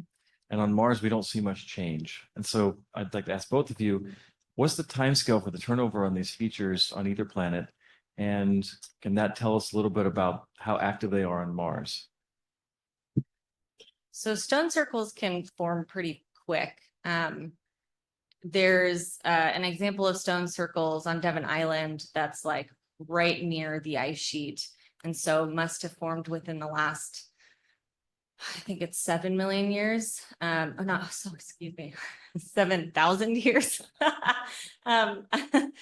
thinking about, yeah, 7,000 years. So those can form quite fast. But for brain terrain, we don't really know how fast they're forming, if they're active or relic. If you want to add on to that, Mike. Yeah, so with the development of stone circles, it's mostly a function of how many cycles it goes through in terms of freeze and thaw. And so in that Kessler model, I think it's something like at least 800 to 1,000 cycles that you can get some meaningful development of the stone circle. As far as how you would apply that to Mars, it is so it's relatively quick once the process starts. And so if we're dealing with a case of liquidy variation, it's then a question of, can you form these relatively quickly, and then they enter a period of quiescence, only to be rejuvenated, thousands of years later. And as far as the active processes, I think most of what I'm trying to show here is that you can have appreciable amounts of change very, very quickly. So if you allow the condition on Mars to occur, things can progress very, very quickly. It'll also depend on how shallow that ice is too, if it's protected and insulated. Yeah. If it's sublimating versus. Yeah, it is kind of complicated because we don't really understand a lot of the active layer or what is the nature of the ground ice on Mars to make the claims for all of these permafrost active layer processes. But the similarity of the morphologies is such that there's likely to be some sort of meaningful amount of permafrost. Okay. And I appreciate the 800 to 1,000 cycles, because that really puts a picture in my head that like a few years on Earth, but it could be quite a bit longer on Mars. I think the cycles are more full seasonal cycles. So this is 800 to 1,000 years on Earth is probably not a the overnight kind of thing. Not the overnight, and certainly in the Arctic, you once it melts, it doesn't remelt or it doesn't refreeze until essentially the summer's over. So. Okay. And then the other part of that question was the time frame for turnover, because Gareth was talking about looking at craters in places where there's ice and how that can give us an idea of when it was in place and how long it takes to erode it. Because one of the big questions on Mars is how long do features persist before they're eroded? And so I'm curious how that all works together. If it's there and it's been there a long time, why haven't craters or wind scoured this stuff away? Right, but it could be, and at least brain terrain could be an active feature, because if ice isn't stable at the near surface in these lower mid latitudes, it could be caused by sublimation, which is maybe speeding up more recently. But yeah, something certainly to explore. Hello, Alana Archbold from UCLA. This is a question for Shannon and also Mike a little as well. I might have missed this, but was there any CRISM or mineralogical data about the brain terrain that might help figure out how they form? You didn't see my slide on that? No, I haven't looked at CRISM data on it, but I think it occurs in these really dusty areas where we're not really seeing much. But I don't know if there's an icy scarp in brain terrain. I haven't looked at that, and that CRISM data I would assume would show H2O ice from what we've seen from other studies, but I have not personally looked at that. Okay, cool. Thanks. Hi, Julie V. Colgate University. I guess my question is kind of for everyone a little bit, and this is kind of the next generation of mapping of Martian glacial features and crater-containing glacial features, and that's where most of the brain terrain is, although it's also on lobate debris aprons and on kind of rolling hills on these glacial terrains. And so I'm now a sedimentologist. I play one on TV, and sedimentary setting is really important to me. So what would you need in terms of topography data to kind of really evaluate the depositional setting in which these sedimentary landforms like brain terrain are forming? Just thinking, Mike, to your sort of observations on Svalbard about like a meter of relief over 50 meters produces stone stripes instead of circles. So for these sort of wetter analog, analogs for brain terrain, things that form in basins on Earth, and there are sedimentary basins on Mars, and there are salt flats on Mars. They're at the equator, not at mid latitudes. So like, what would you need from Garrett's mapping to kind of test these hypotheses? How much topography is available? How much is Garrett willing to share to help test these kinds of things? Well, we're seeing brain terrain on slopes, but also in the plains.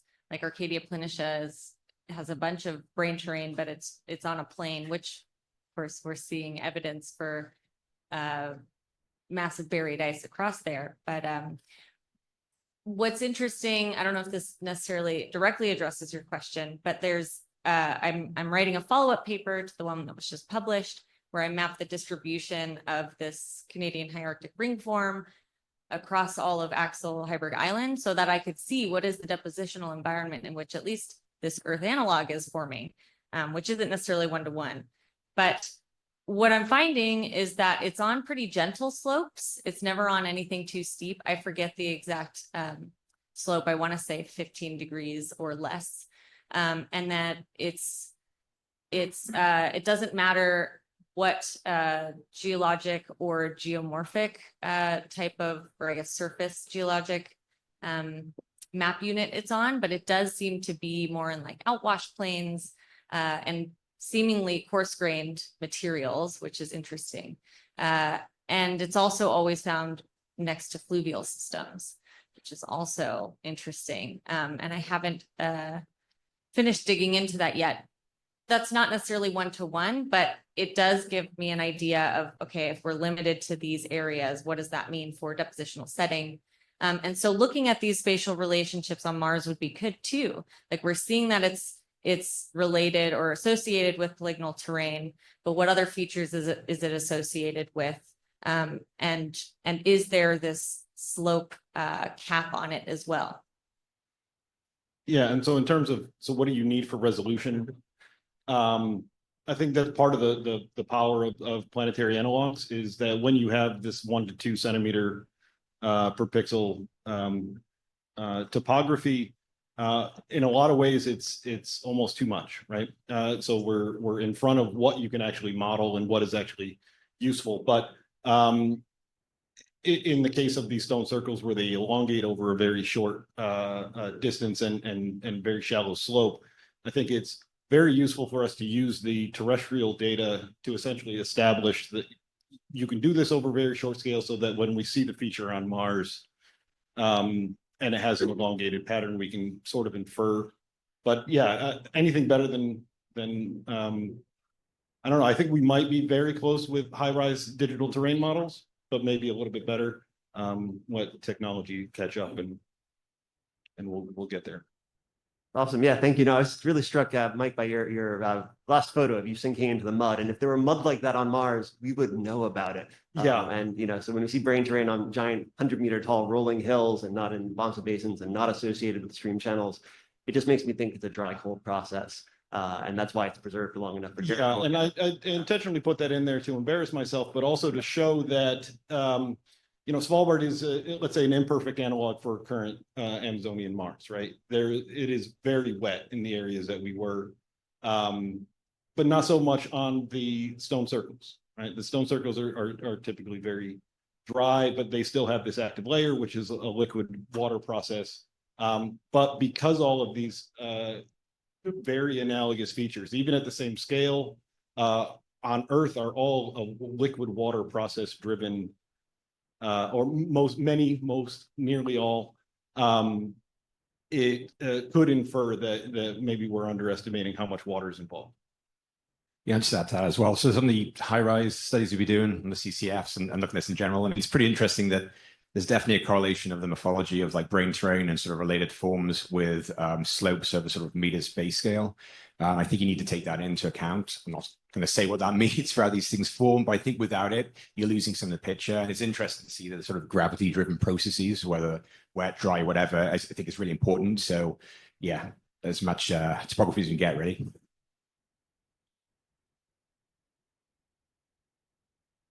David Hollabaugh Baker, NASA Goddard.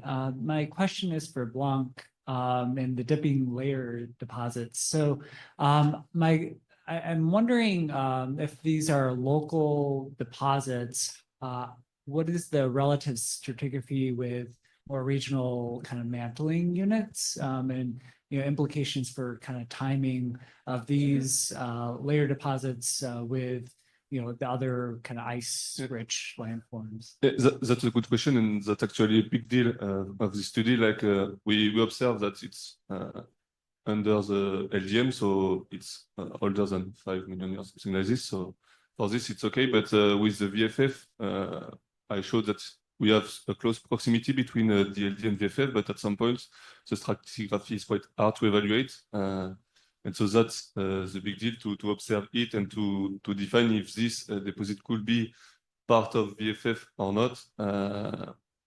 We are suggesting that no, but maybe further investigation, notably in terms of clear contact between VFF and DLD, could be useful to maybe define yes, a clear relation between this ice-rich deposit and the DLD. Okay, thank you. Yeah, very nice talk too. Thank you. Go ahead. Joel Davis, Imperial College London. This is also a question for Evan. So nice work, really cool to see these like regional trends in the dips of all these layers. I was wondering if you could tell us a little bit about how you went about making your dip measurements, or what software you use, and if you had any idea of the sort of error involved. For the dip measurement, I followed the studies by Francis Butcher that did it actually in 2023, I think, on VFF to have a better idea of the internal organizations of VFF. And this is just like you draw lines, and you need for sure a curve that will allow you to have an aspect and a slope of the deposit. And this, for each layer, you will do it, and we repeat it 5 times, I think. And so, but that's mainly follow, Francis Butcher work on VFF. So all the methods, it's on the paper, I think, but yeah, that's it. Thank you. Isaac Smith, York University. This one's for Gareth. You've done a nice job mapping all these features and showing the distribution. And I wonder, and you've also looked at the degradation state. Have you begun quantifying the volume of ice that could be in there? Making assumptions about the content of the regolith on top or dust involved. But I'm wondering how much ice.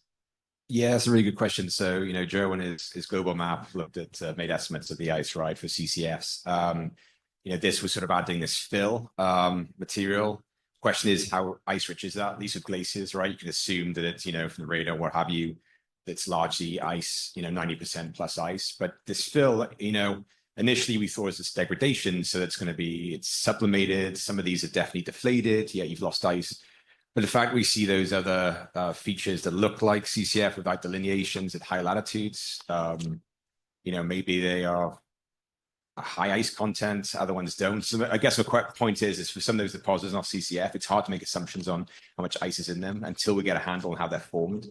And it seems that they're possibly formed through a range of processes. So yeah, we can certainly add that fill material in. We've got the depth diameter. It'd be relationships, right? At craters, it'd be easy to give a kind of like maximum situation, assume that high ice, add that into what we see with the CCF. Also add in those craters that are like covered in thick mantles. You can't tell what's in them. You make assumption as well that they are all CCF. So I think ultimately, with all those assumptions, you can end up with a lot more ice than perhaps we said before. So I think the amount of ice in Mars just keeps growing. Well, I like to hear that. And I'd like to see that next year if you can get a volume for us. Yeah, sure. Okay. Challenge accepted. Go ahead. Juan Lorenzo from Louisiana State University. My question is I can only see the black hair. Dr. Zanetti. Oh yeah, sorry, I can't see you. Amazing data, limitless potential. My question is, was any subsurface data, near subsurface data of geophysical nature collected during that survey? Thank you. So in 2024, there was just a couple of holes dug. There's still permissions that are required to be gotten in order to do any, let's say, active investigation. In 2023, Adam Yontagas had done some ground penetrating radar. And at the same field season, a separate group, Michael Angelopoulos, was doing electroresistivity tomography, not necessarily for a Mars analog, but just to understand what the salt content of the subsurface was from ERT. So there is some subsurface data, but not a tremendous amount at the lateral moraine site. I have a question for Michael Zanetti, if that is all right. Geomorphology is largely based on trying to understand the relationship between form and process. So could you elaborate or comment on the extent to which insight on process can evolve from your understanding of form based on your data collection? Wow, that's a big question. I think at least for me right now, a lot of this has been a technological demonstration. How do we collect this data and how do we make it a usable product? The next steps here are how do we apply this to the process, obviously. With some of these features being essentially established as this is likely a cryoturbation process, I think it's the high resolution data that we can get that is going to be able to help refine those models. And then once we've refined them for Earth, we can apply that to Mars. Okay, thank you. We have 1 minute left. If there are any questions left to be asked, please do so. If not, let me thank the speakers for their entertainment of these audience-based questions. And I look forward to carrying on with this session through the next 4 speakers. Thank you very much.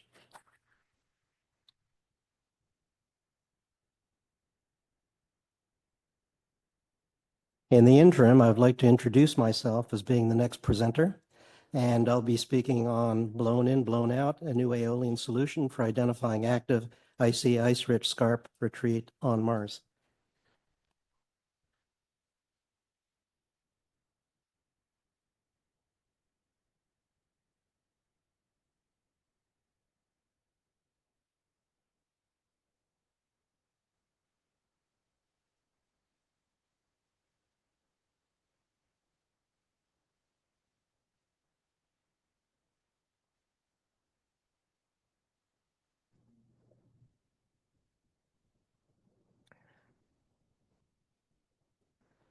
I'd like to thank Coleman Gallagher, Jean-Pierre Williams, and Jim Garvin for their insight and input on this presentation and on the article that is in review now with Icarus. The presentation will comprise 3 steps or stages. Step 1 will be a description and discussion of icy, ice-rich scarps that seem to be ubiquitous at the mid-latitudes of Mars in both hemispheres. They pose and raise interesting questions about Mars's climate and late Amazonian epoch hydrology and geocryology that are open-ended but evocative nonetheless. Step 2, we'll look at a landscape in the Tuktoyaktuk coastlines of northern Canada that shows a suite or complex of glacial periglacial features that are consistent with what is observed on Mars and may offer some insight into the formational processes associated with those icy, ice-rich scarps. Finally, almost in real time, there will be images of scarp headwall revisions as enacted and promoted by aeolian erosion by means of blowouts and dusty ice streaks.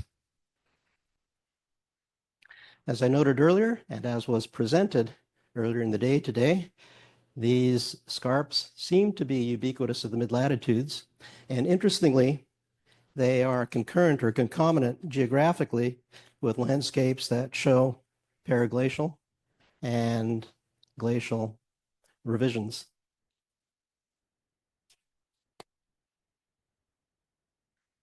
There's been some discussion about the latitude-dependent mantle this morning. I think that requires a little bit of elaboration. It is true that episodically the atmosphere precipitates icy dust and that it accumulates at the surface. But I think it's important to differentiate between glacial and periglacial landscapes and the processes involved or not involved with evolving glacial and periglacial landscapes as they are observed on Mars. Glacial landscapes principally are a function of precipitation, accumulation, and burial, and movement by viscous flow. By contrast, periglacial landscapes are based upon the freeze-thaw cycling of water, and as long as water is available or water ice is available on Earth and possibly on Mars, the time period associated with periglacial revisions can be very, very small, below the temporal radar of most GCMs. Going back to these icy scarp headwalls or icy ice-rich headwalls, we suggest that the stratigraphy seen here is a function of viscous flow, iterative viscous flow, and numerous glacial cycles. That flow moves surface ice that is being unrevised by periglacial processes, and based upon what I noted a moment ago, is purely glacial. At all of the sites mapped by us, there are 41 of them, the icy, ice-rich scarp headwalls are ensconced in terrain that show glacial landscapes. We believe that the viscous flow features over time, episodically, are the reason why you have this stratigraphy in these exposed headwalls.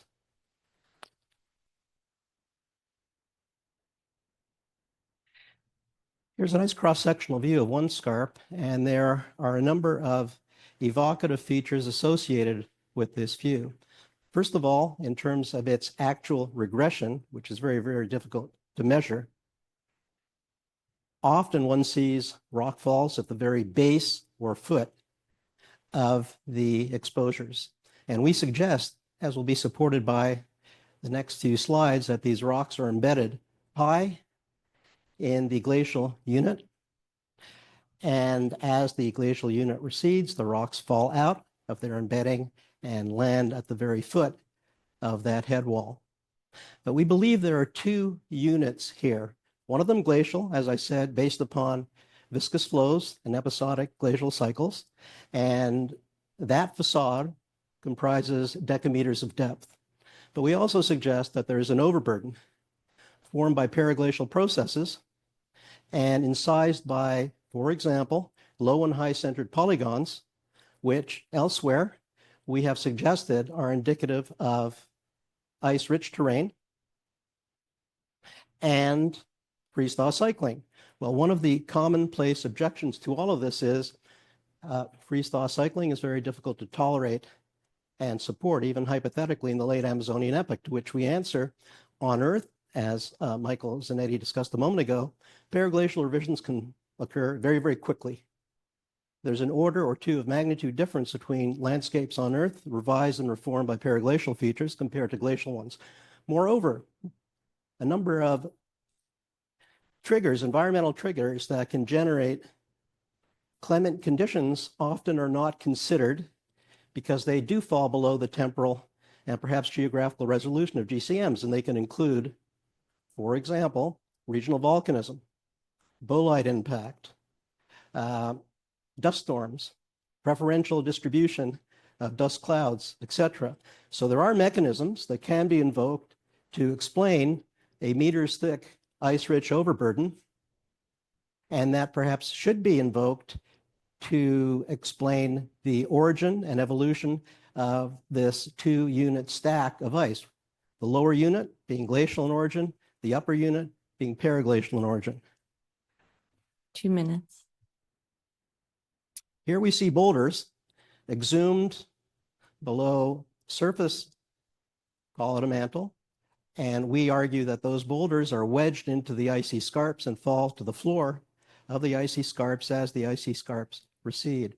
The depressions here are meters deep, generally thought of as being thermokarst, either enriched or depleted of ground ice, and are consistent with our hypothesis that there is an overburden that has been enriched with ice periglacially by way of the freeze-thaw cycling of water, and that this could have occurred recently and perhaps over very, very brief bursts of clement boundary conditions. A nice analog is observed here, a nice possible analog, I should say, in the Tuck coastlands of northern Canada. You have two stacked units. The glacial unit below, stratified, is something that formed in the late Pleistocene. The overburn began to form in the late Holocene through to the present day and is incised by ice wedge polygons. So a number of keynotes here. Different boundary conditions can generate different layers of ice. Ice-rich means full of segregation or injection ice, the formation of ice lenses that sometimes fall below the resolution of eye observation, except for the ice wedges at the very top of the first unit. And that these units do not need to be coincidental temporally. The ice was Wisconsin in origin, buried late in the Pleistocene, and through to the present day, you have the formation of this ice-rich overburden. We suggest similarly that the boundary conditions on Mars varied through the viscous flow formation and evolution of the layered glacial ice at the scarp headwalls. The periglacial overburden, again, could have formed much later and under conditions that were far different than those associated with the formation and evolution of the glacial buried ice.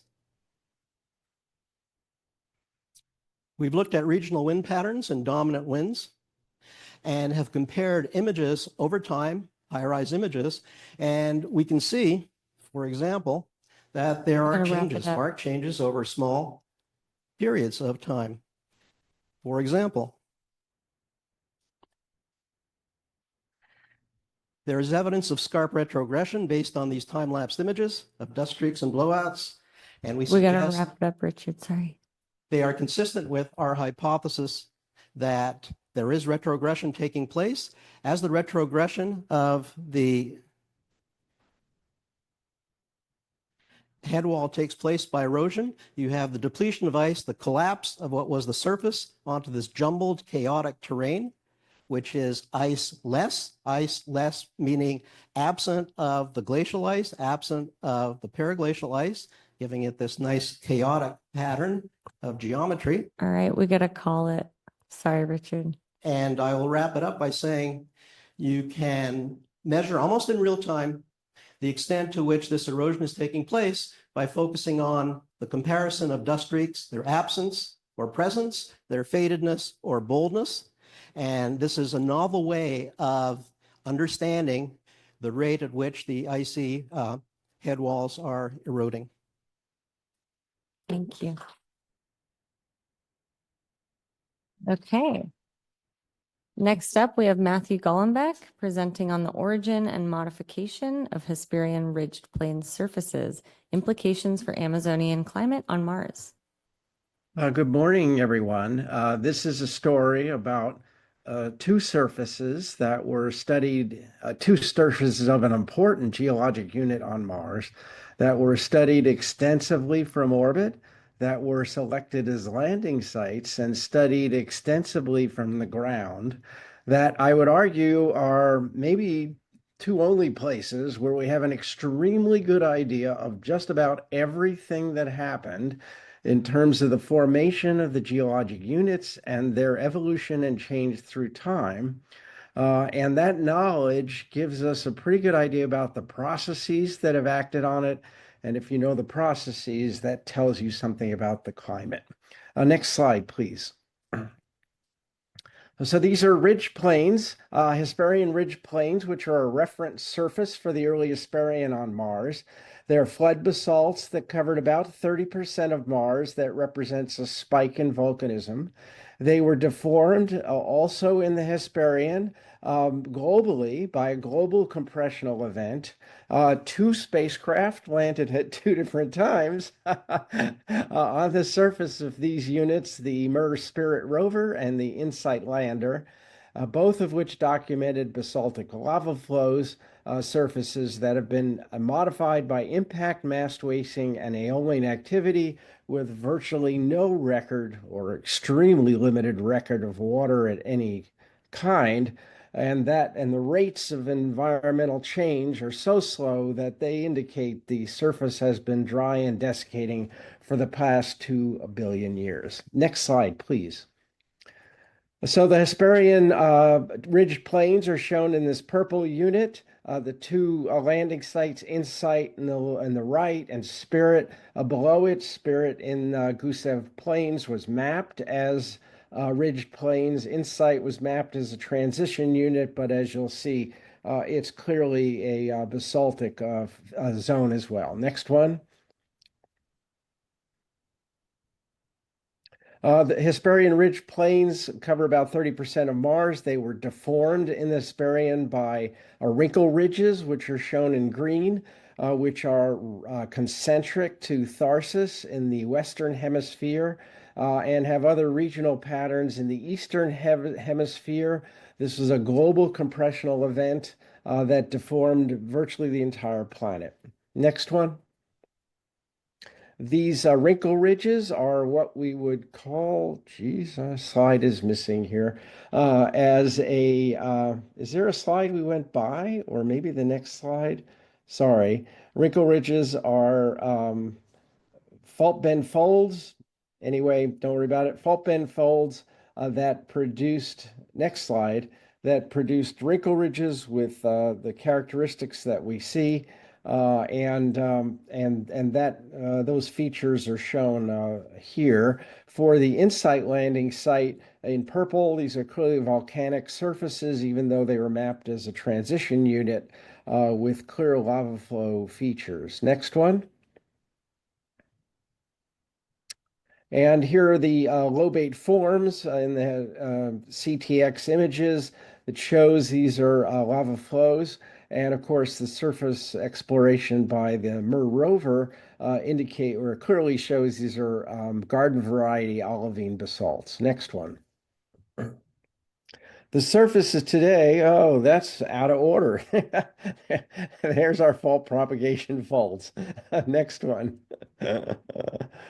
Sorry about that, guys. When you look at the surface today, you do not see what you'd expect for a fresh volcanic surface. You see a surface with thermal inertias indicating of sand that is in the 100 to 200 micron size range with remarkably few rocks. So some process has taken this volcanic surface and broken it down into mostly sand. Next one. When we look at the surface from the landers, that's what we see, rock abundance in a few percent kind of range. The thermal inertias from the ground match those from orbit, and they indicate that the dominant surface unit here is 150 micron fine to very fine sand. So what process took a volcanic lava flow and made it into a bunch of sand? Well, I'll tell you, next one. That process is impact. And that's seen sort of from orbit. This is a case of the edge of a cliff face at Hephaestus Fossae that shows an upper fine grain regolith that's of order 10 meters depth, thickness that grades into a coarse breccia that then grades into a jointed bedrock, aka basalt.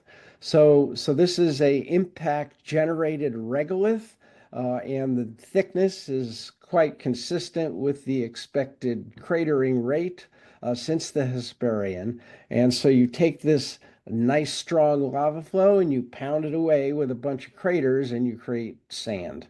Next one.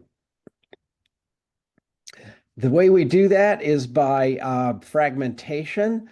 Single impact is called, it's a fractal fragmentation that's described by a power law. But if you add lots of impacts, each one which is a power law, you get a convolution of power law distributions, which is no longer a power law, but in fact a negative binomial. The next one, the equations for this kind of event. Next slide, please. Is shown here, and it depends on the probability of fragmentation for each impact event and the number of events that occur. And basically, those are the two driving factors. The next one. So if you impact the surface with an Hesperian cratering record, you can pretty much match the rock distributions that you see at the surfaces of both of these landing sites. Next one. And this one for insight, you get these kind of curved distributions on log-log plots, which are produced by these negative binomials. Next one. If you were to take all of those rock distributions as well as our knowledge about the size of sand as measured by the landers, you'd see there were two dominant areas in which fragmentation went from rocks to sand. That was very efficient with very few events and a high probability of failure, to one that's dominated by aeolian or saltation, in which you really don't change the size grain of those grains much with multiple collisions. Next one. And you produce a size frequency distribution that pretty well matches what we've seen for most of the broken up surface materials of Mars. Next one. And then finally, unlike the moon on the left, where you have angular particles that were just produced by that impact, on Mars, you saltate them a whole bunch, you round off the edges, and that's a pretty good explanation for producing the Mars dust. Next one. So if you believe this story, you look at the surface, we see nothing but impacts. We see aeolian bed forms. We have really similar surface stages for Hesperian basalts, and then an Amazonian resurfacing. We have similar regolith depths, and we have extraordinarily slow erosion rates that indicate there was not a whiff of water that has interacted with this site in 2 billion years. Next one. So here's the punchline then. We have a pretty good idea of how we formed this surface. Hesperian flood lavas, extraordinarily low erosion rates that are 2 to 5 orders of magnitude slower than the slowest erosion rates on Earth that are produced dominantly by the action of liquid water. All of the processes that we see are consistent with mass wasting, aeolian activity, and virtually no water. And that is pretty consistent with a dry and desiccating environment throughout most of Mars. This is 30% of the surface since the Amazonian, as indicated by these studies. Thank you.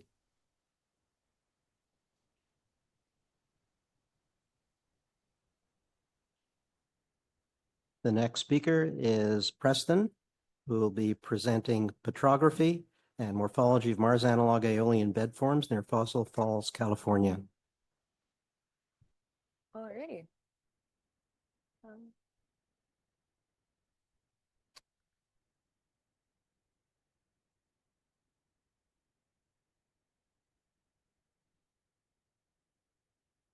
Do I press something? No, they're loading it. Cool. While we wait, I'll just say my title slide. Hi, I'm Sarah Preston. I'm a second-year PhD student at UCLA. I work with Mackenzie Day, and I study aeolian surface processes on Earth and Mars. Today I'll be presenting about the petrography and morphology of Mars analog meter scale, that didn't make it into the title, aeolian bed forms near Fossil Falls in California. For a little bit of geographic background, Fossil Falls is kind of in the middle of nowhere. If you've heard of Inyokern, which nobody has, it's kind of close to that.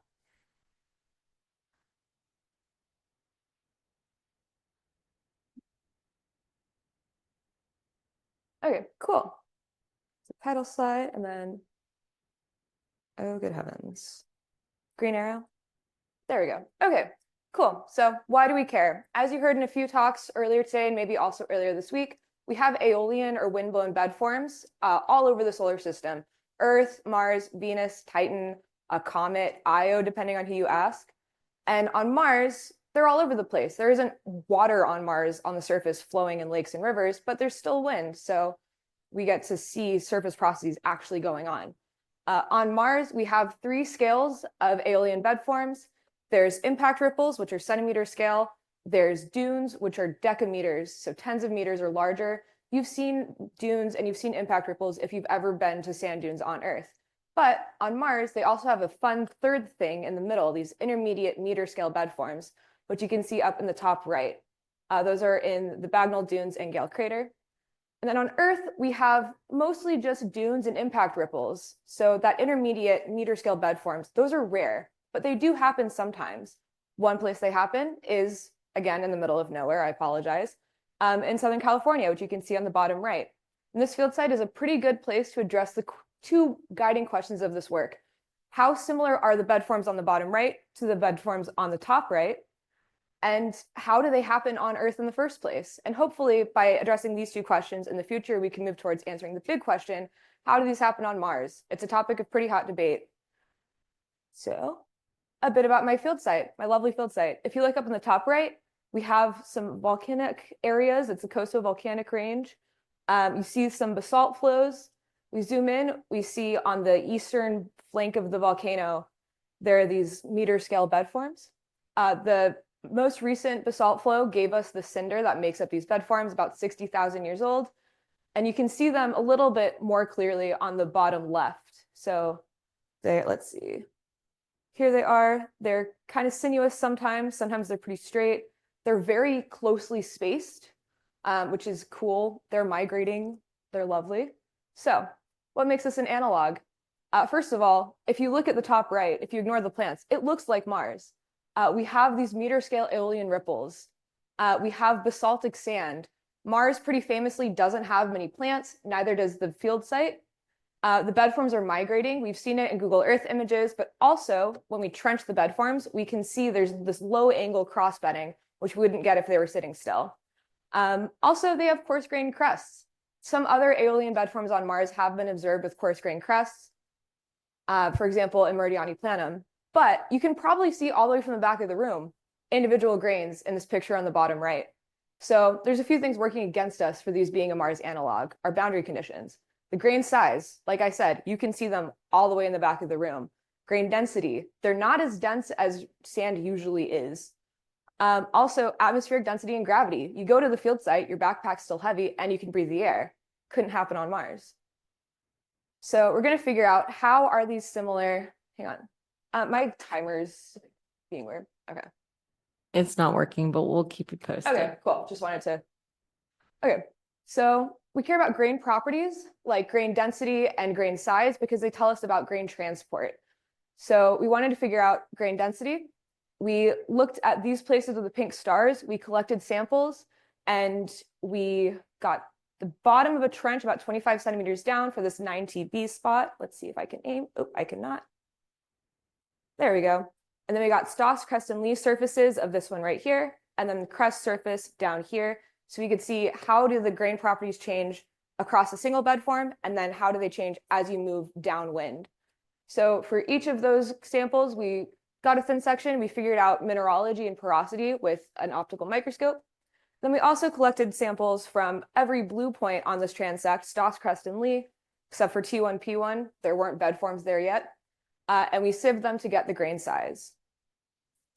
So what did we see? First of all, lovely thin sections.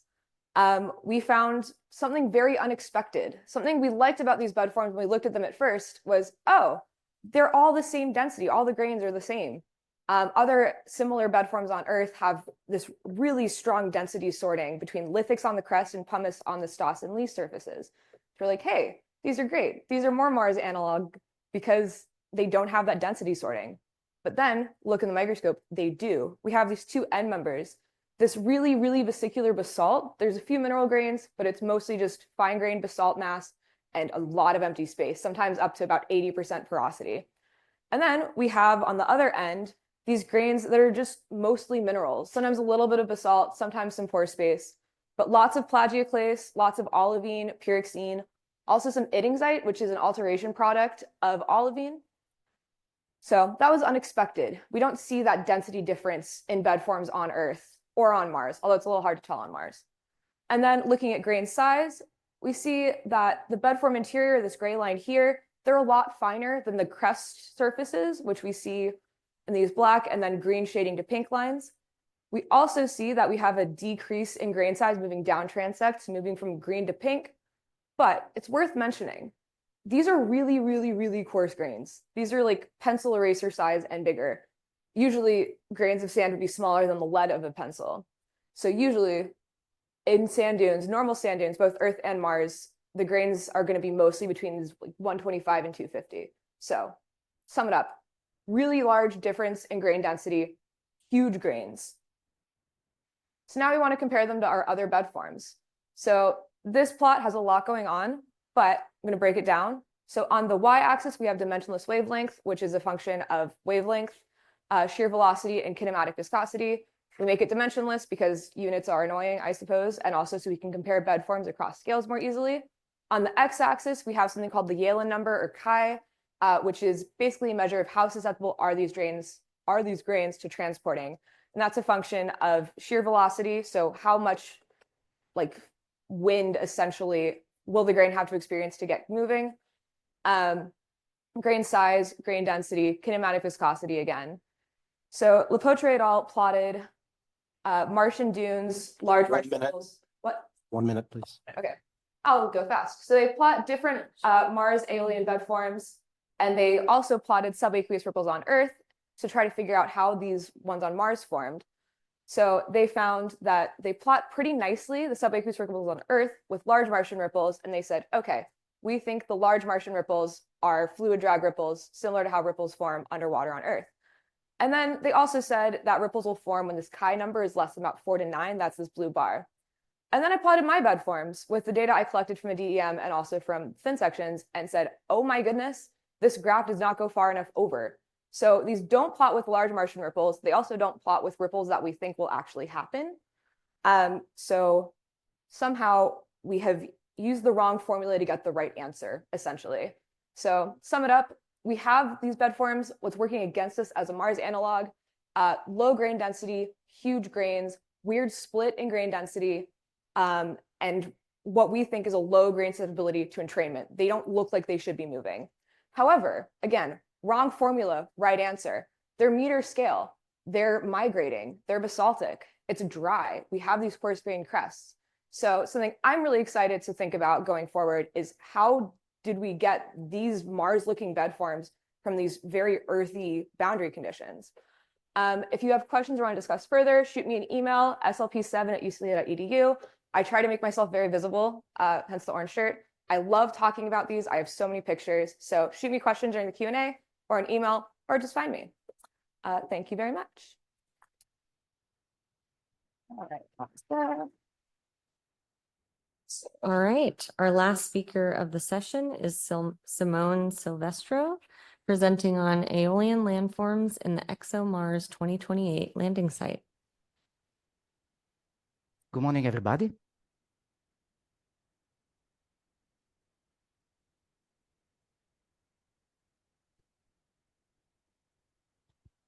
Hello? Yeah, next slide, please. Okay, so this is Oxyaplanum, which is the landing site of the ESA ExoMars mission 2028. And thanks to high-resolution images such as CTX, IRISE, and CASIS, we've identified several types of aeolian feature.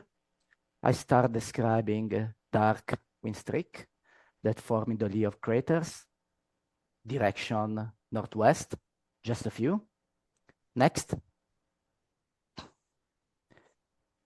And bright wind streak, the vast majority, which are pointing toward the south, so formed by wind coming mainly from the north. Next. And when we look at how they change, they basically didn't. We compared some CTX images from 2008 and 2023. So that means that wind that for this feature are subluminal at the surface, or that winds from other direction are not strong enough to erase this streak. Next. And then we found another interesting feature, which is a large wind streak that are found downwind to this low albedo thin resistant unit, which is darker and pretty widespread in the landing site. And if we zoom in and we look at CTX and high-res images, we can see that this bright streak consists of the bright bedrock unit, which is clay enriched and is the main target of the ExoMars mission. On top of it, we have the erosion of this dark mantling material. Next. Interestingly, the dark material has a streaky appearance and pointing a direction that is slightly different from the bright streak nearby. That means that they were formed by past winds or by present winds that are deflected by the topography. Next. Then, if we take a look at the images and the DTM, we can see that the brightest part of the streak, next, also correspond to areas that are higher in elevation, so that are more exposed to the wind. Next. So this gives more clues about the erosive nature by the influence of the wind in forming this large streak. Next. And then we use an automatic detection algorithm on the 0.50 meter per pixel high-rise mosaic in the landing site to discriminate between periodic bedrock ridge in blue that are directly carved in the bedrock. So this is the footprint left behind by an ancient dune field. And in yellow, other sandy bed forms, the transversal ridges, which are located inside craters, but even on the plain. Next. So 2 episodes of aeolian deposition.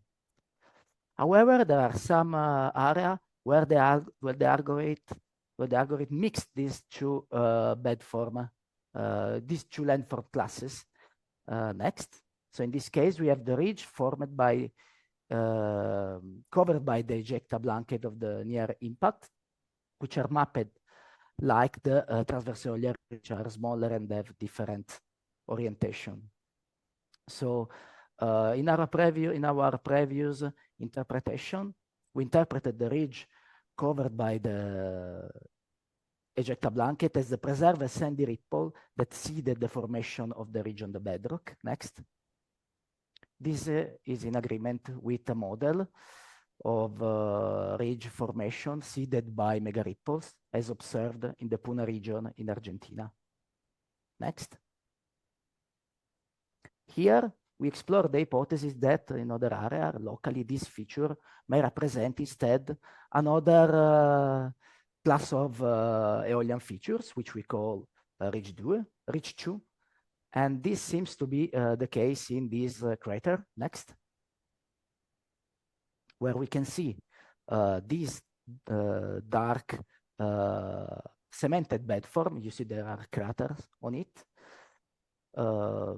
lying over a flat bedrock surface. So we don't have the coupling between scallop terrain and bed form. So next. Then when we look at their morphology, it's pretty complex. So they're normally located inside all the eroded impact, and they can have a positive topography, as is you can see inside this crater, ridge 2, and even a subdued topography. So this negative topography. Next. So how can we explain this association between scar and bed form? So in Meridiani Planum, it has been interpreted as erosional scar, wind, that move the mantling material and deposit the bed form downwind. Next, if this is the case in Oxyplanum, we would have the bed form sourcing for this mantling dark material and moving downwind toward the southwest, leaving behind the erosional scar. Next. Then another hypothesis for the formation of this particular topography is that they represent ghost tomb pits. So you can see in these impact craters, we have positive topography, the ridge 2 toward the west, and then moving toward the central portion of the crater and toward the east, it turned out into scars. So it is possible that these were bedford, that they were flooded, then cemented, and re-eroded, and pits were left behind. So we have these two hypotheses to explain these topographic features. Next. Okay. And then we use the NASA Ames global circulation model to compare with the bed form orientation and with landform, Eolia landform orientation that we described and that we'll see in the study site. So we have the, in gray, we have the sand flux that we derived from the modeled winds. And then in red, we had the predicted bed form orientation. Next. And as you can see, the predicted bed form orientation do not match the one of the ridge. I can't see the next slide. Okay, yes.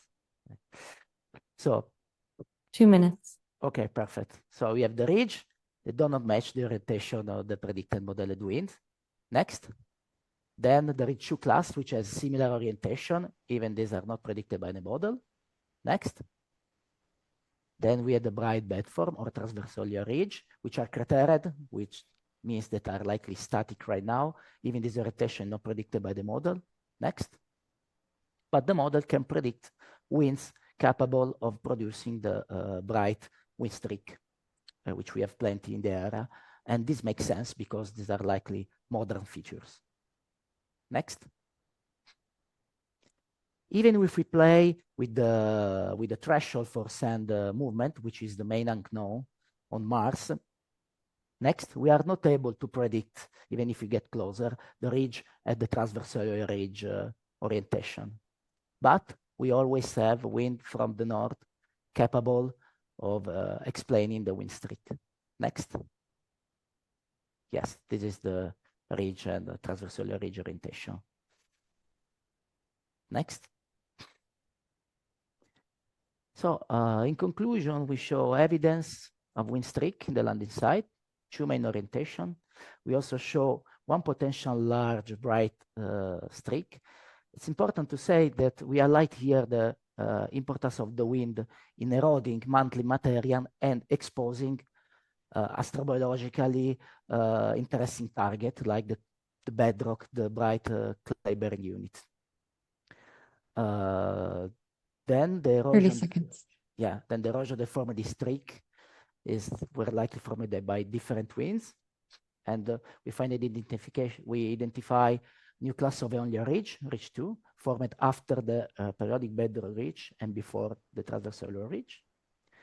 And then we see that the GCM makes a good job in predicting present day wind and give more clues about the ideas that the ridge and the transversal ridge are static right now, that formed in the past wind environment. Thank you very much.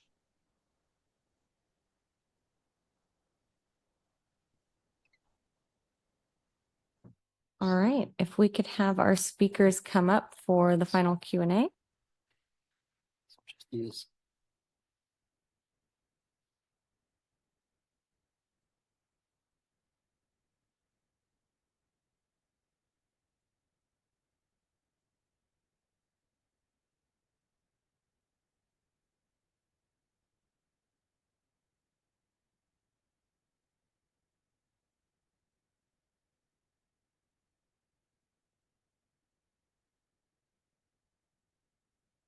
Okay, go ahead and ask questions.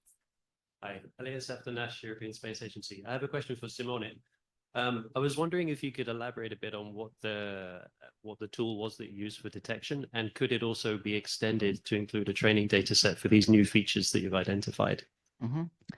Yes, it's an automatic detection algorithm based on neural network, which was done by co-author David Batz. We implemented this in our work, and we did the training basically. So with ridge on the bedrock, And the main of the work was testing the hypothesis that we have two types of ridge, which might have different ages, okay? And I didn't have time to put a slide in this presentation because, you know, we were, I gave it, I provided it a weeks ago, but we perform more analysis, PCR analysis, giving 3 classes, which seems to be the best way of doing. So by looking at the data, 3 classes make sense. So periodic bedrock ridge on the bedrock, another class of ridge on top, and sandy bed for transversal ridge that arrived after. Hope I answered your question. Yeah, super. Grazie. Prego. Hello, Audrey Putnam, Rice University. I have a question for Sarah. And I was curious because you were showing these very different clasts in your bed forms, and you're talking about how they're being sourced from a cinder cone. And I'm wondering if you investigated the cinder cone and saw where both of those textures are coming from. Are you sure that they're both coming from the cinder cone, or could the more crystalline clasts be sourced from pre-existing sediment or lava flows or some other source? And how would that impact the interpretation of these bed forms? Yeah, so as far as I can tell, so the downwind most bed form that we had a thin section of, it had a much higher proportion of those mineral grains and also a finer grain size. So my interpretation thus far is that everything starts out as somewhere in between, like kind of a vesicular grain with some phenocryst in there. And then as it transports, the basalt's pretty friable. Like I've had a few you can just squish with your finger. I think it's getting eroded away and then only the mineral grains are left. In the future, there are some like normal bed forms, like centimeter scale ripples downwind, like a decent way. And I want to get a sample of those and figure out, okay, are these mostly the basalt ones or the mineral grain ones? And that will help, I think, figure that question out. But there isn't really anything else around that has the like basaltic composition that's also like moving or that's like upwind. That makes sense. Thank you. Have you looked at any of the literature on what parts in a clast are likely to break down? I know at least from the fluvial stuff, it suggested that impact of grains is more likely to break along the mineral glass boundary rather than glass boundary. I have not thought about that. I do know that for like, again, standard quartz grains, it's whatever sticks out the most gets knocked off the fastest. But I hadn't thought about the difference between like the basalt and the minerals. So I'll look into that. Thank you. Thank you. This is Matt Janaki from Planetary Science Institute. This is for Richard. Yeah, thanks for the talk about the scarps. I was interested in the detection of those wind streaks and your thoughts about is that dark sand being liberated from some of the ice rich layers or the regolith above, and are they forming ripples, and have you been able to kind of untangle that part?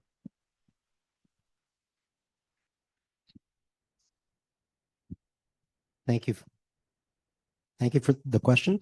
It is an interesting one, and apologies for running on and on, but sometimes these subjects are so interesting that I wrap myself up in them and cannot end properly. But to address your question, on Earth, and we think on Mars, what is happening is that the strata comprise icy lithic sediments, and the ice cements those sediments. So when you erode away the ice by way of aeolian activity, that weakens the structural integrity of that previously icy lithic column, and you have collapse of that column so that you end up with this chaotic jumbled terrain in the scarp foregrounds. So what we're suggesting is that the blowouts and dust streaks somehow take advantage of the liberated lithic materials, and depending upon the dominant regional or local winds will either blow them out,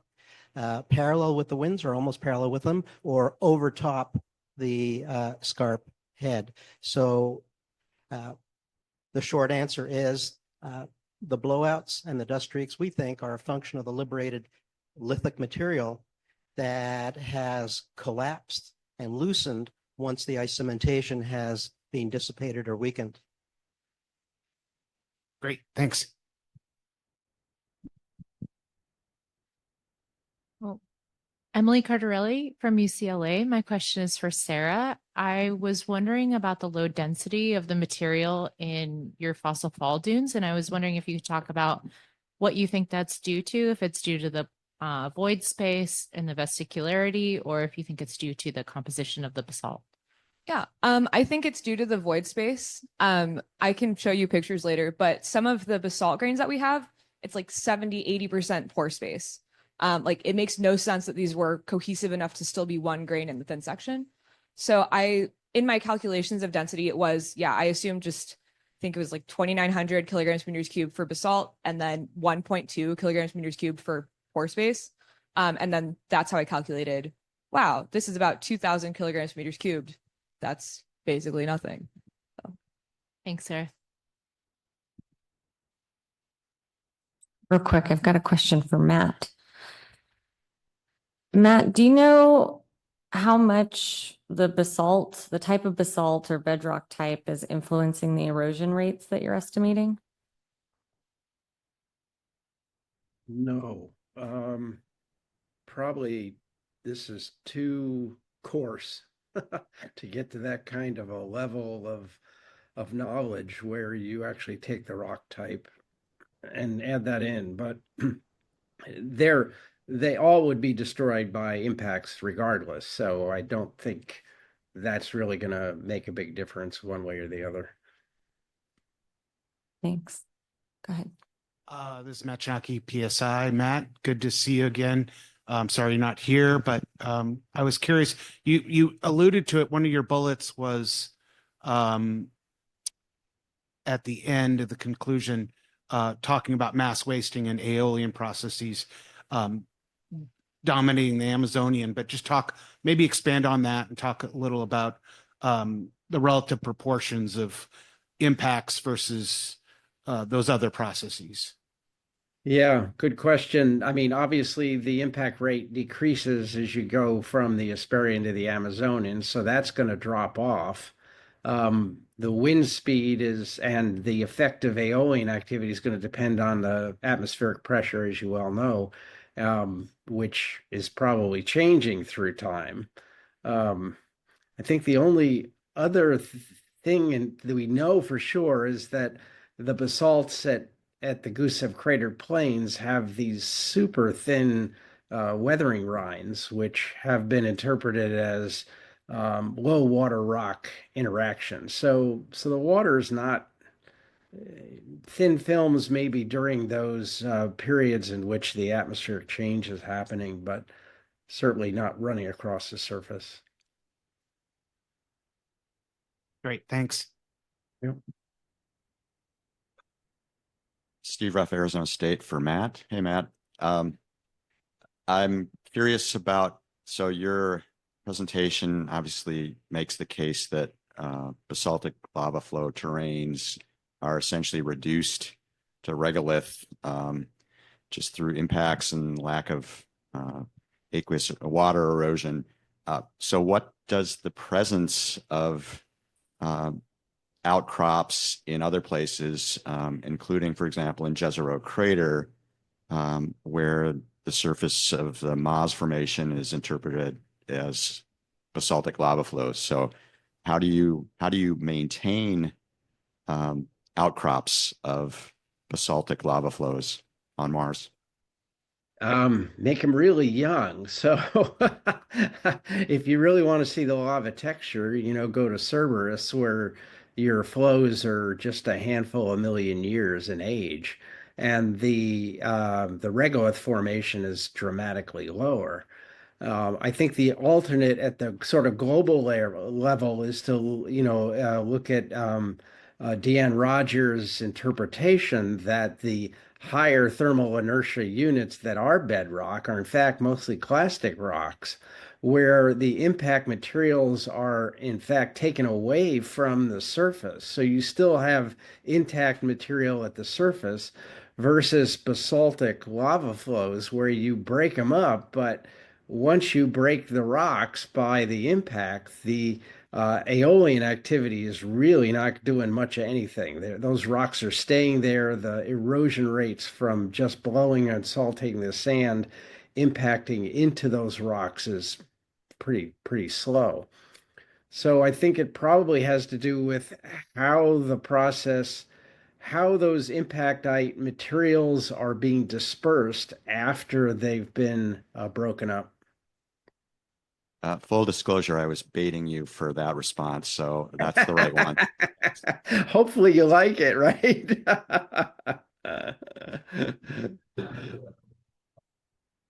All right, I've got a question for Simone. How many images did you test in this global climate model? Or test with this global climate model? Okay, we took 1 point in the middle of the study area, which is in the middle of the high-rise image mosaic that I showed. Awesome. Do you have plans to test more? Yeah. We can test more points. You know, the area is pretty flat. So using the GCM makes sense. But of course, you have even mesoscale model that you can that might be able to do a better job if you are thinking about the spatial scale. But they are more limited in time scale, on the time scale. So you always need to find a compromise. But yeah, there's actually a web application that will be out soon where you can, pick the point of interest of the NASA Ames GCM and reproduce the same flux and the predicted bed form orientation. So this will be out for the scientific community pretty soon. Awesome. And yeah, one can test whatever they want and how many points they want. But it's always the GCM. So this is a 2-degree resolution. That's great. Looking forward to seeing that. So I have a question for Richard, and if anybody else has questions, we have a bit more time, so feel free to come up. But how many scarp walls did you see with these blown out streaks? Was it more often than not that you saw them, or was it more rare? We have cataloged 41 different locations with multiple high-rise images, and they are not uncommon. I do not recall the percentage, but it was relatively high. And it's not unexpected because if our hypothesis is correct, that you have regression and depletion of ice by sublimation and aeolian-driven losses, then you should expect that lithic material to be displaced consistent with the dominant regional or local winds. So I would say that offhand, there's a relatively high percentage of high-rise images compared over time that show dust streaks or blowouts that evolve or do not evolve. I'm making this parallel with Lebec's talk earlier, where it seems like wind is really important in these processes. So it's cool to see you're supporting that, and what Lebec did is showing that wind is really much, it seems to be very much involved in the process. It is. All right. Any other questions? No questions online. Okay, well, thank you to all of our speakers today. Thank you everyone for coming, and I hope you have a good rest of your LPSC and lunch. Thank you. Bye. Bye-bye.